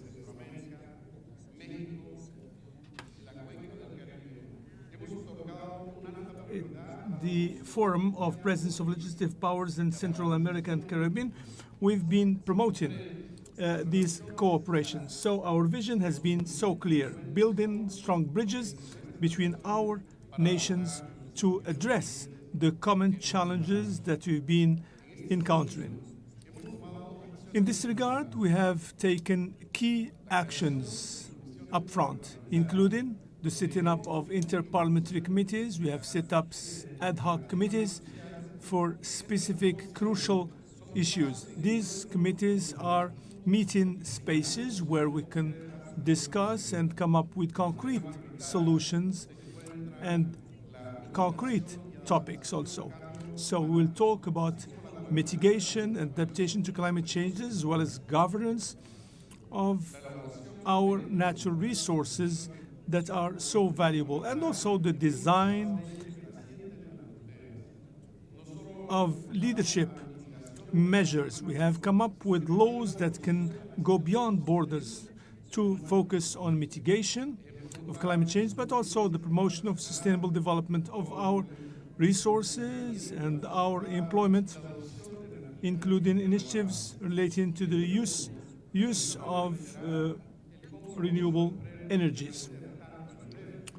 In this regard, it's a compromise for FOPREL actually to focus regionally and internationally on such important topics affecting our states and our citizens. And here I'd like to highlight three basic areas. energy contribution. Energy is the engine of any form of economic social development. As legislature, it's our role to work together to have access, equitable access to source of energy. This brings in the promotion of investments in agriculture, in diversification of energy matrices, and also clean energies and renewable energies. Transition towards green energy. Climate transition is an undeniable fact of life. Our responsibility is to move with this shift towards low carbon economy. So this means we need to come up with policies promoting energy efficiency and reduction of gas emissions so we can actually protect our environment and our cooperation. These are essential for our future. SMEs also need to be empowered because they come at the essence of our economy, at the core of our economy. They need to have actually the right environment, and we need to reduce red tape and paperwork so they can have access to capacity building, and also we need to promote digital economy. And SMEs generate employment opportunities, support innovation, and reinforce economic resilience of our countries. In this regard, I would like to invite all the stakeholders to engage actively in this regard so we can build a more equitable future, more resilient and prosperous for our regions. Let's work together, join forces, so we can come up with concrete solutions. As Speaker of the House in Honduras and as Vice Speaker of Temporary of Foprel, I'd like to wish here to reaffirm our relentless commitment to this agenda and to working with you so we can achieve our common objectives. Thank you for your kind attention, and thank you for being here as part of this ongoing dialogue.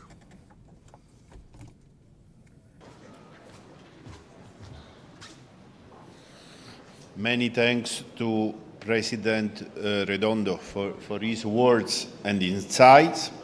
And now I have the pleasure to invite to the podium Mr. Victor Manuel Lopez, the Director General of Parlatino, who will deliver a statement on behalf of His Excellency Rolando Patricio González.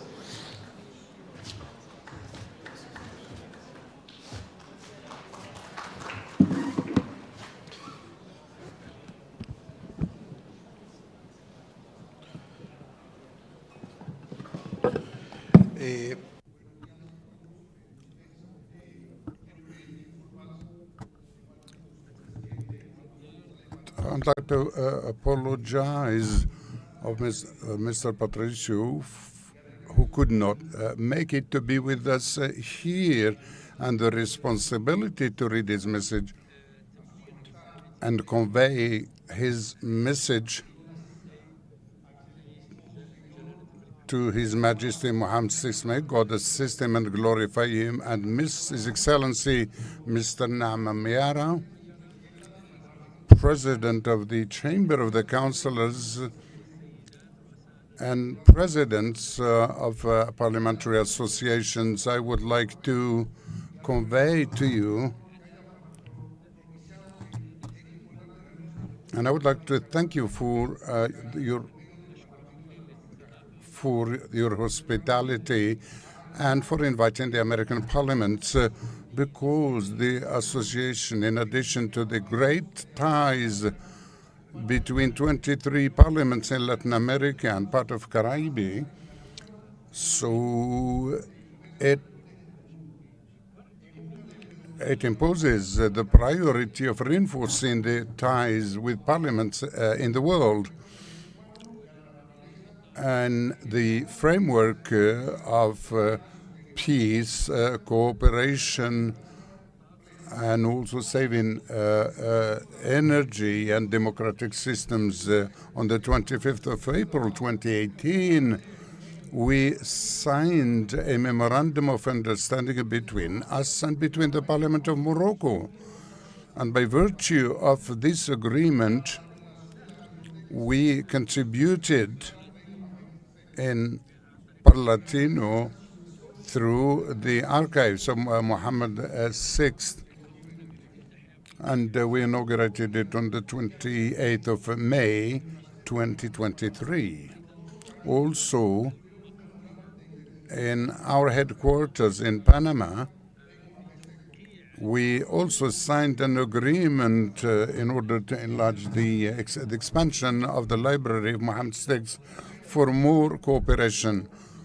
And this initiative represents a good initiative through parliamentary diplomacy and cultural diplomacy. I would like to seize this opportunity to commend this cooperation with Palatino and we are an observer member, and we are committed to the subjects and themes debated into this forum, which are about energy, science, technology. And in this context, we have prepared many initiatives concerning artificial intelligence in a scientific way. This is the institutional work that we conduct in preparing 110 of initiatives in order to contribute continuously So I would like to conclude here by thanking you for having us here and for your hospitality, and I wish you great success. And I would like to thank Mr. Abraham Fayyad, and I would also like to thank you for your contributing in strengthening the ties with us. And the President has sent a medal that I will be giving to Mr. Miara. It's on the part of our President.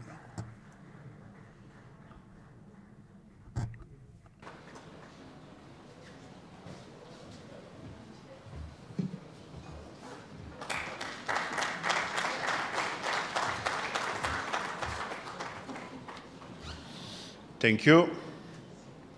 Gracias.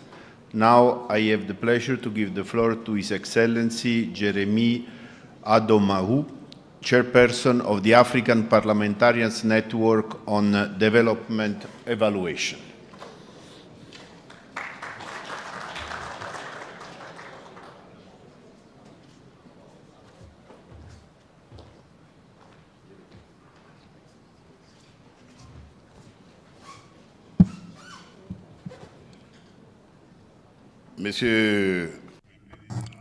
Mr. President of the Chamber of the Councillors in the Kingdom of Morocco,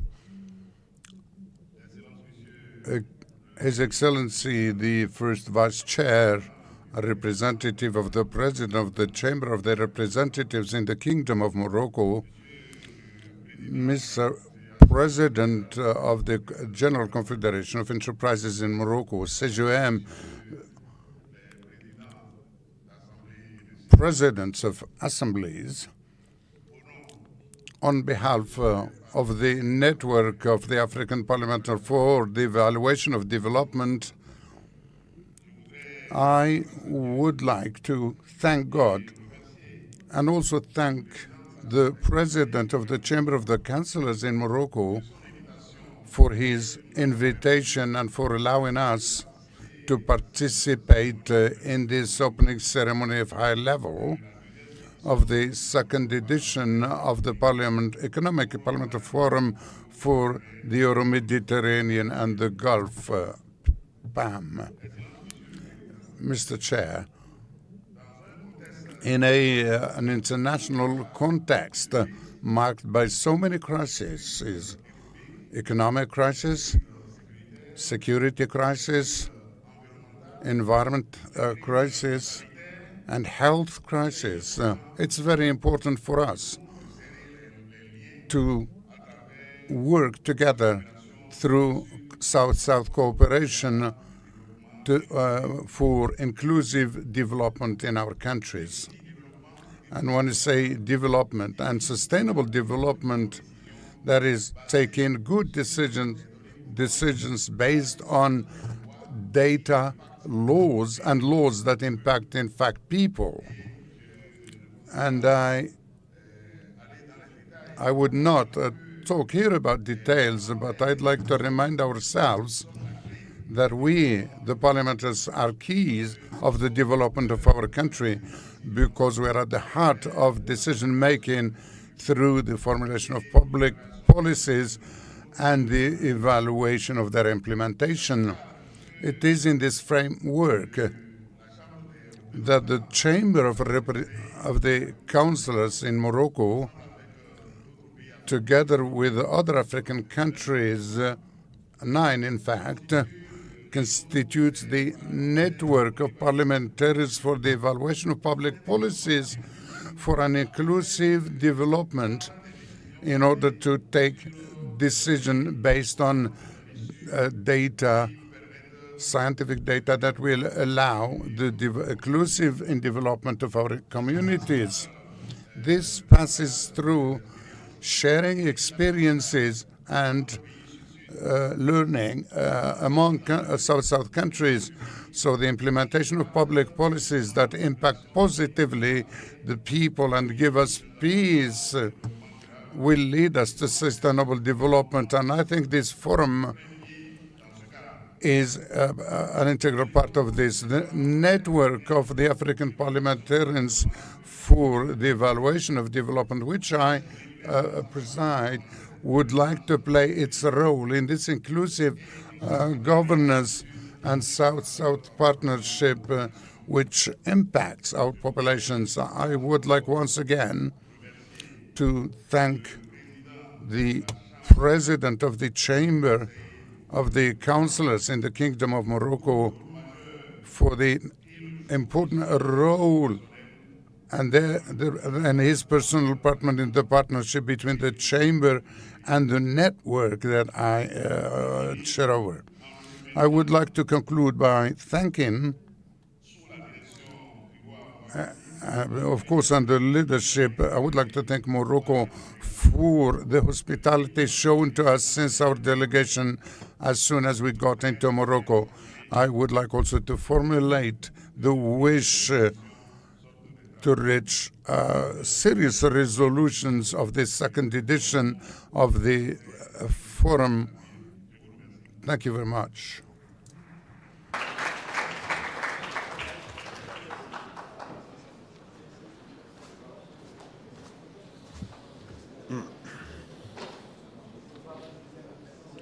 I wish to thank Monsieur Adomau for his words, and I would like to recall that a few months ago in Washington, at the spring session of the World Bank, the president of the World Bank, addressing the delegates and the PAM delegation, he gave one data which must have all of us to reflect and reflect very carefully.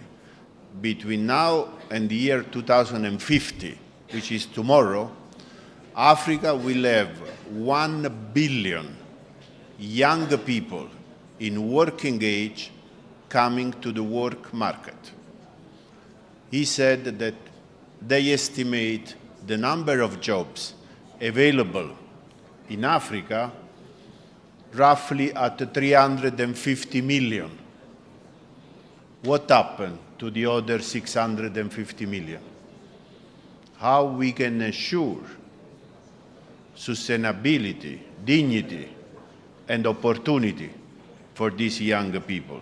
This must have all of us reflect, and I think the initiative of President Mayara of this integration, exchange of information, to have an integrated economic system is one of the answers. And for this, I wish to thank President Mayara. Now, I have the pleasure to invite to the podium His Excellency Honorable Abdullah Nasser Al Subay, who is PAM Vice President and head of the Qatari delegation to PAM, who will deliver an address on behalf of His Excellency Hassan Abdullah Al Ghanim, the Speaker of the Shura Council of Qatar.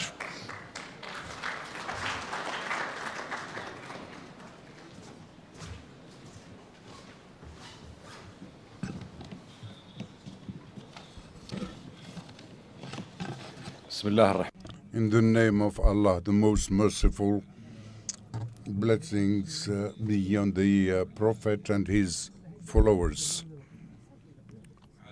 Excellency Naama Miara, President of the Chamber of Councillors in the Kingdom of Morocco, President of the PAM, Excellencies, Presidents and members of the delegations, ladies and gentlemen, I'm very delighted on behalf of my brothers and members of the Majlis Shura in Qatar to greet you, but I'm also honored to convey to you the salutations of Hassan Abdul Ghanim, President of the Shura, and his wish for the success of this forum. I would like also to thank very warmly the Kingdom of Morocco, both king, people, and the government for the hospitality they have shown towards us. And I would like also to thank the Parliament of the Mediterranean and Naama Miara, President of the Chamber of Councillors in Morocco and President of PAM, for the good preparation of this forum.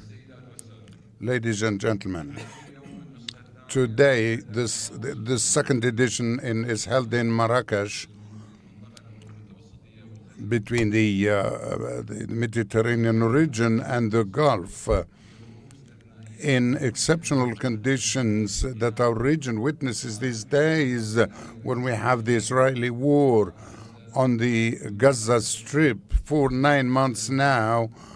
And the results is about 40,000 marches, third of which are women and children and old people, and more than 80 people injured. And this war has destroyed all the infrastructure to the point that life is impossible in the region.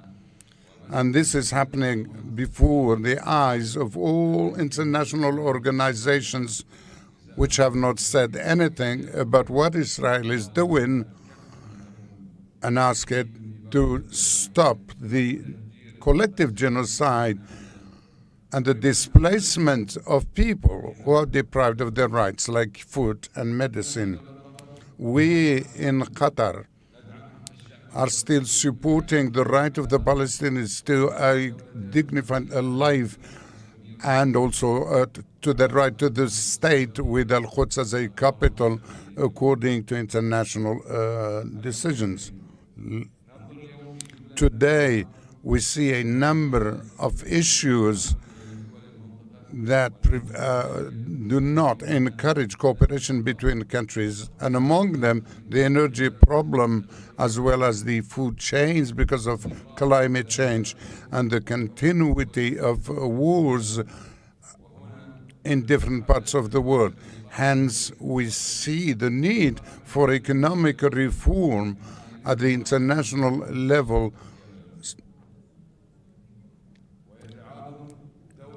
So our role becomes even more important because it's up to us to take up all these challenges and find solutions for them, and also provide the necessary means to implement this policy, which requires us to work together and cooperate and work with the contribution of the private sector, and also empower women and youth and reinforce sustainable development and the governance of modern technology like artificial intelligence. We as parliamentarians are expecting this forum because it's a regional center for the work of parliaments in the region to play a very important role in the domain of energy transition and to support investment in small projects. and we can help in simplifying the procedures in order to provide the finances necessary to support the small projects so that they can overcome all obstacles. Hence, we will provide opportunities for regional complementary in the Mediterranean and in Gulf countries. Ladies and gentlemen, we in Qatar, following the directives of Sheikh Tamim bin Hamad, the Emir of the country, have made gigantic steps in supporting projects and providing opportunities for investment. So we developed our laws and we simplified procedures. And we also encourage SMEs in financing projects and providing some of the preliminary studies for their work and their decision making. The state of Qatar has followed all the excellent jobs and reinforced the access of women to economic activities. Qatar also has allowed international companies to join the country, and in this context we have reduced all the fees by something like 90% to encourage capitals to work in many economic domains. The country of Qatar also played a role in the cooperation with international organizations working on the environment and climate change. It was one of the first countries that joined the United Nations agreement about the climate change in '96 and the Kyoto Protocol in 2005 and the first agreement in 2016. The state of Qatar is a member of the National Agency of Renewable Energies, supports country in their energy transition. In conclusion, I'm expecting this to ask your government to do something to stop the war and reinforce the executives in your countries to implement all the agreements as well as the decisions and the recommendations concerning climate change. Wishing you great success in recommendations that will encourage complementarity between different countries and reinforce security and stability in the region. Wassalamu alaikum wa rahmatullah.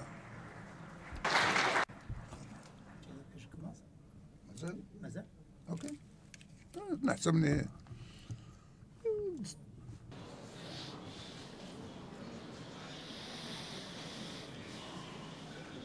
I wish to thank Honorable Al-Subay, who is also PAM Vice President, to recall us all the commitment about the COP.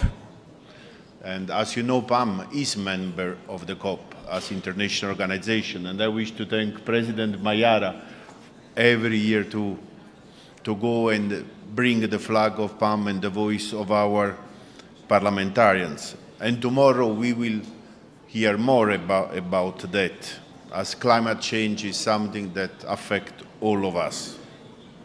I have now the pleasure to announce a video message by Ms. Cecilia Ugats. She's the Acting Director General of UNIDO, the United Nations Industrial Development Organization, and she will register us that on behalf of UNIDO Director General Gerd Müller, who is absent in this moment. Let's look at the video, please. Excellencies, ladies and gentlemen, it is my honor to greet the second edition of the Marrakech Economic Parliamentary Forum for the Euro-Mediterranean and Gulf region of the Parliamentary Assembly of the Mediterranean. Today we embark on a journey to envision a future where industry in the Euro-Mediterranean and Gulf region thrive, fostering both prosperity and environmental responsibility. To achieve an industry where talent is nurtured, regardless of the background, we need to bridge the skills gap. UNIDO, through its Learning and Knowledge Development Facility, works with the private sector through public-private development partnerships, and supports the establishment and upgrading of industrial training academies to help meet the labor market's demand for skilled employees. In Morocco, this program has developed new curriculum modules targeting young people, especially women, ensuring they have the tools to succeed in the future workforce. The Euro-Mediterranean and Gulf regions face unique environmental challenges. They are hit particularly by the climate crisis, as temperatures are rising 20% faster than global average. UNIDO has specific programs that might help to mitigate this crisis, such as the Global Clean Tech Innovation Program, which promotes innovative clean tech entrepreneurship to address urgent environmental challenges, or the SwitchMed program, implemented in the countries of the Southern Mediterranean region, which assists SMEs from various sectors to produce more resource-efficient, cost-effective products. Innovation also holds the key to unlocking the sustainable and inclusive future for the Euro-Mediterranean and Gulf regions. Countries from these regions hold the means to become leaders in sustainable industrial development. The UNIDO Innovation Lab can contribute to this objective, as it works at the intersection of data analytics, design, technology, entrepreneurship, and social impact to drive positive change and create a better future for all. A bright future of sustainable industry in the Euro-Mediterranean and Gulf regions relies on the political will to advocate for clean policies that incentivize clean and inclusive industrial development and invest in innovation. Micro, small, and medium enterprises, the engines of local economies, need to be empowered to become green champions, and this requires facilitating their access to finance and building their capacities by offering training programs to equip them with the skills to adopt green technologies. By empowering MSMEs, green entrepreneurs, you will be creating a vibrant green economy across the Euro-Mediterranean and Gulf regions. Transforming supply chains for a sustainable future is another key element, as by embracing sustainable practice, we create a win-win situation for business, consumers, and the planet. Sustainable supply chain transformation requires transparency, prioritizing products and services from companies that integrate sustainability into their supply chains, while educating others about the importance of sustainable supply chains and advocate for responsible trade practices. For example, UNIDO has recently launched the Global Alliance and Partnership for Responsible and Green Minerals, which ultimately aims to create global guidelines and a certification system that sets clearly defined standards for global business and markets in the mining sector. Excellencies, ladies and gentlemen, the Euro-Mediterranean and Gulf regions have the potential to become a beacon of green energy leadership. Let's work together to achieve it. Thank you very much.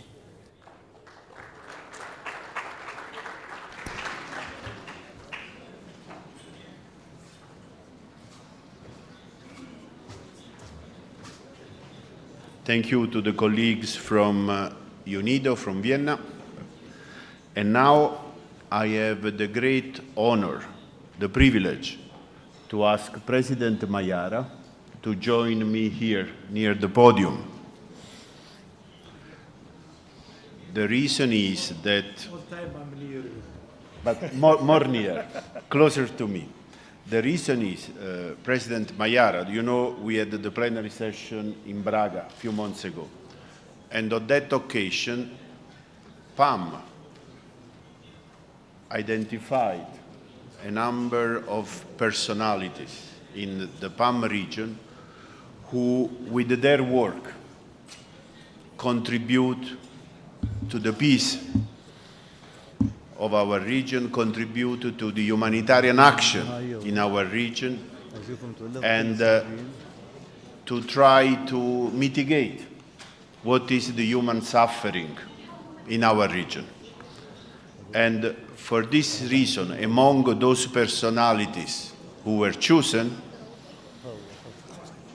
there is His Majesty the King Mohammed VI of Morocco,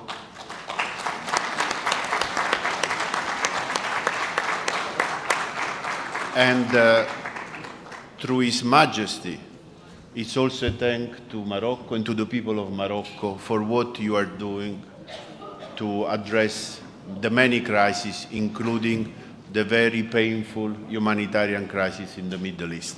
May I have... Let's come here.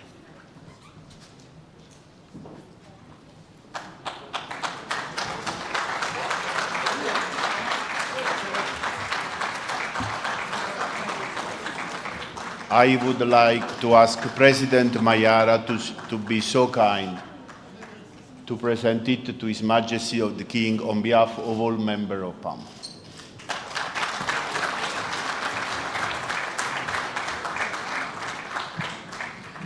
Now, please, President Mayara, stay next to me because I have the pleasure to invite here to the podium Honorable Mohammed Salem Sharkoui, the Director of the Bait Mal Al-Qud Al-Sharif Agency. After video. Oh, we have a video first and then we continue. Thank you.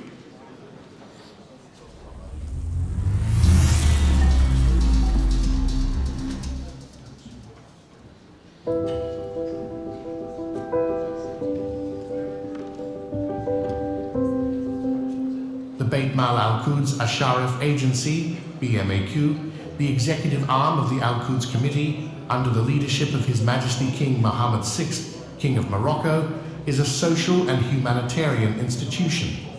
It is dedicated to preserving the religious and cultural character of the Holy City and safeguarding its legal status. كما أننا في لجنة القدس نعتبر أن الدفاع عن هذه المدينة السليبة ليس أملا ظرفي ولا يقتصر فقط على اجتماعات اللجنة وإنما يشمل بالخصوص تحركاتها الدبلوماسية المؤثرة والأعمال الميدانية الملموسة داخل القدس التي تقوم بها وكالة بيت مال القدس الشريف باعتبارها آلية تابعة للجنة.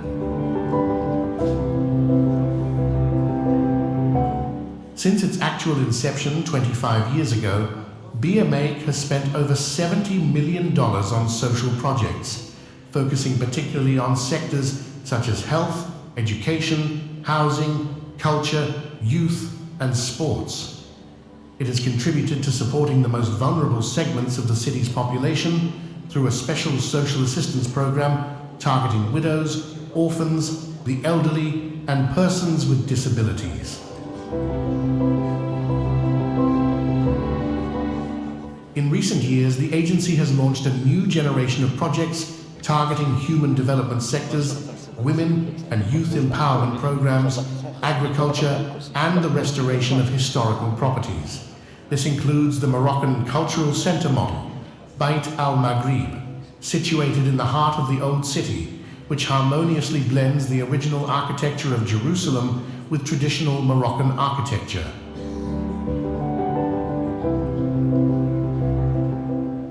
This year, BMA announced its digital strategy for 2024 to 2027, titled Bait Mal Plus. It includes an incubator for youth entrepreneurship projects in the fields of innovation, the Dlala e-commerce platform for social and solidarity trade, a distance learning platform, and higher applications for play and entertainment aimed at children and teenagers in the virtues of Bait al-Maqdis.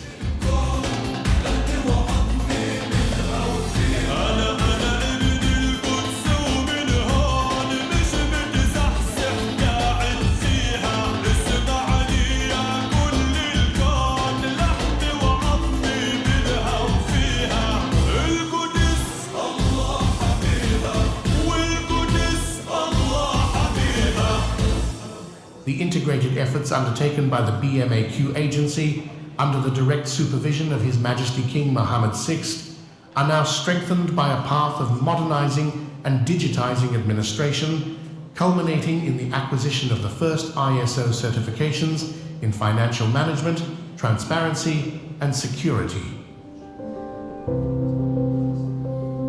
Together for action, together for hope.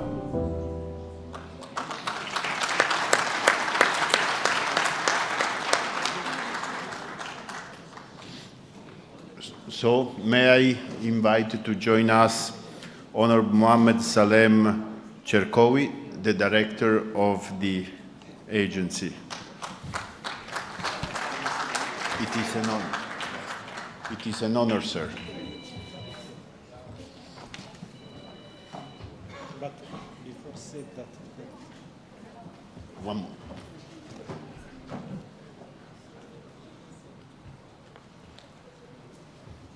As you can see, this is a special prize for the humanity.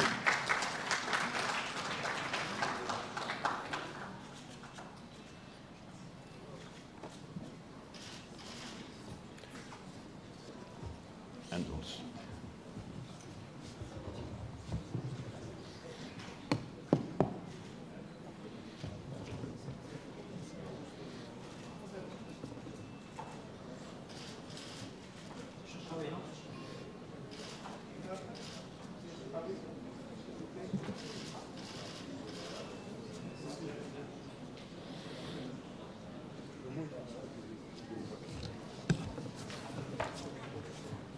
Thank you, Sergio. شكرا Sergio. Thank you, Sergio. I believe that first, on behalf of all the participants, both men and women, I would like to wish a good welcome to the Wali of the region of Marrakech Tansift, who is here with us, and also the President of the Council of the region of Marrakech Tansift.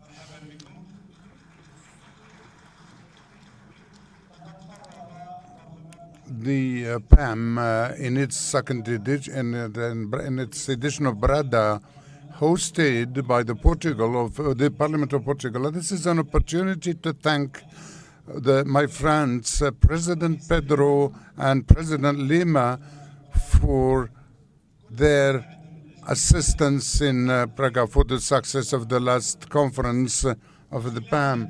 And during this edition in Brada,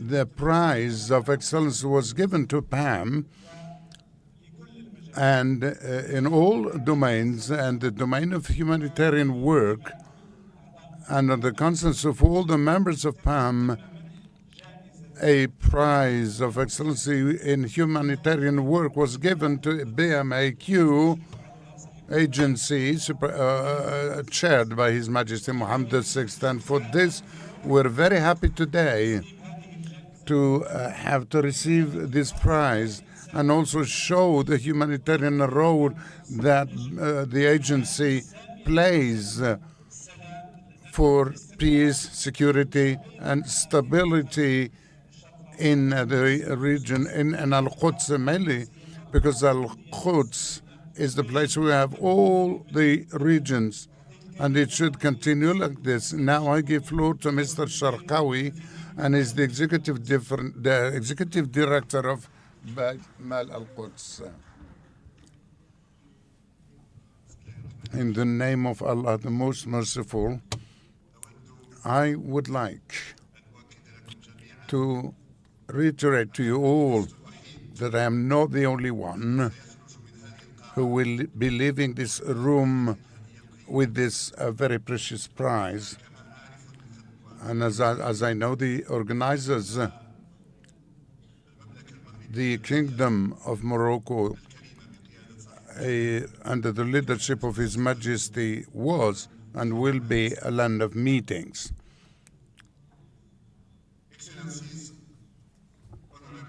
Guests, ladies and gentlemen, Assalamu alaikum wa rahmatullah. On my name and on behalf of my colleague in the Beit Mal Al-Quds Sharif agency, I would like to extend my deep thanks and gratitude to His Excellency Mr. Nama Mayara, President of the Parliamentary Assembly of the Mediterranean. I really appreciate the great job made by His Excellency Ambassador Sergio Piazzi, PAM Secretary General. I also thank His Excellency Mr. Asad Zarwali, Secretary General of the Moroccan Chamber of Advisors. Thanks, Excellencies, for this recognition of the humanitarian efforts made by His Majesty Mohammed VI, King of Morocco, to provide humanitarian support to the Palestinians through the Beit Mal al-Quds Sharif Agency and also through Moroccan diplomacy to uphold the values of truth, justice, and peace. To arrive to Jerusalem, Moroccans travel more than 3,000 kilometers directly to reach the holy city, a distance far shorter than the thousands of kilometers my ancestors traveled to arrive there. Today, we Moroccans, under the leadership of His Majesty, continue to carry out our duty towards Jerusalem, and we also feel that world must make greater efforts to protect the Palestinians. We are actually aware, as you are, that Jerusalem has long been and will continue to be a focal point of a global conflict. Thank you for your attention.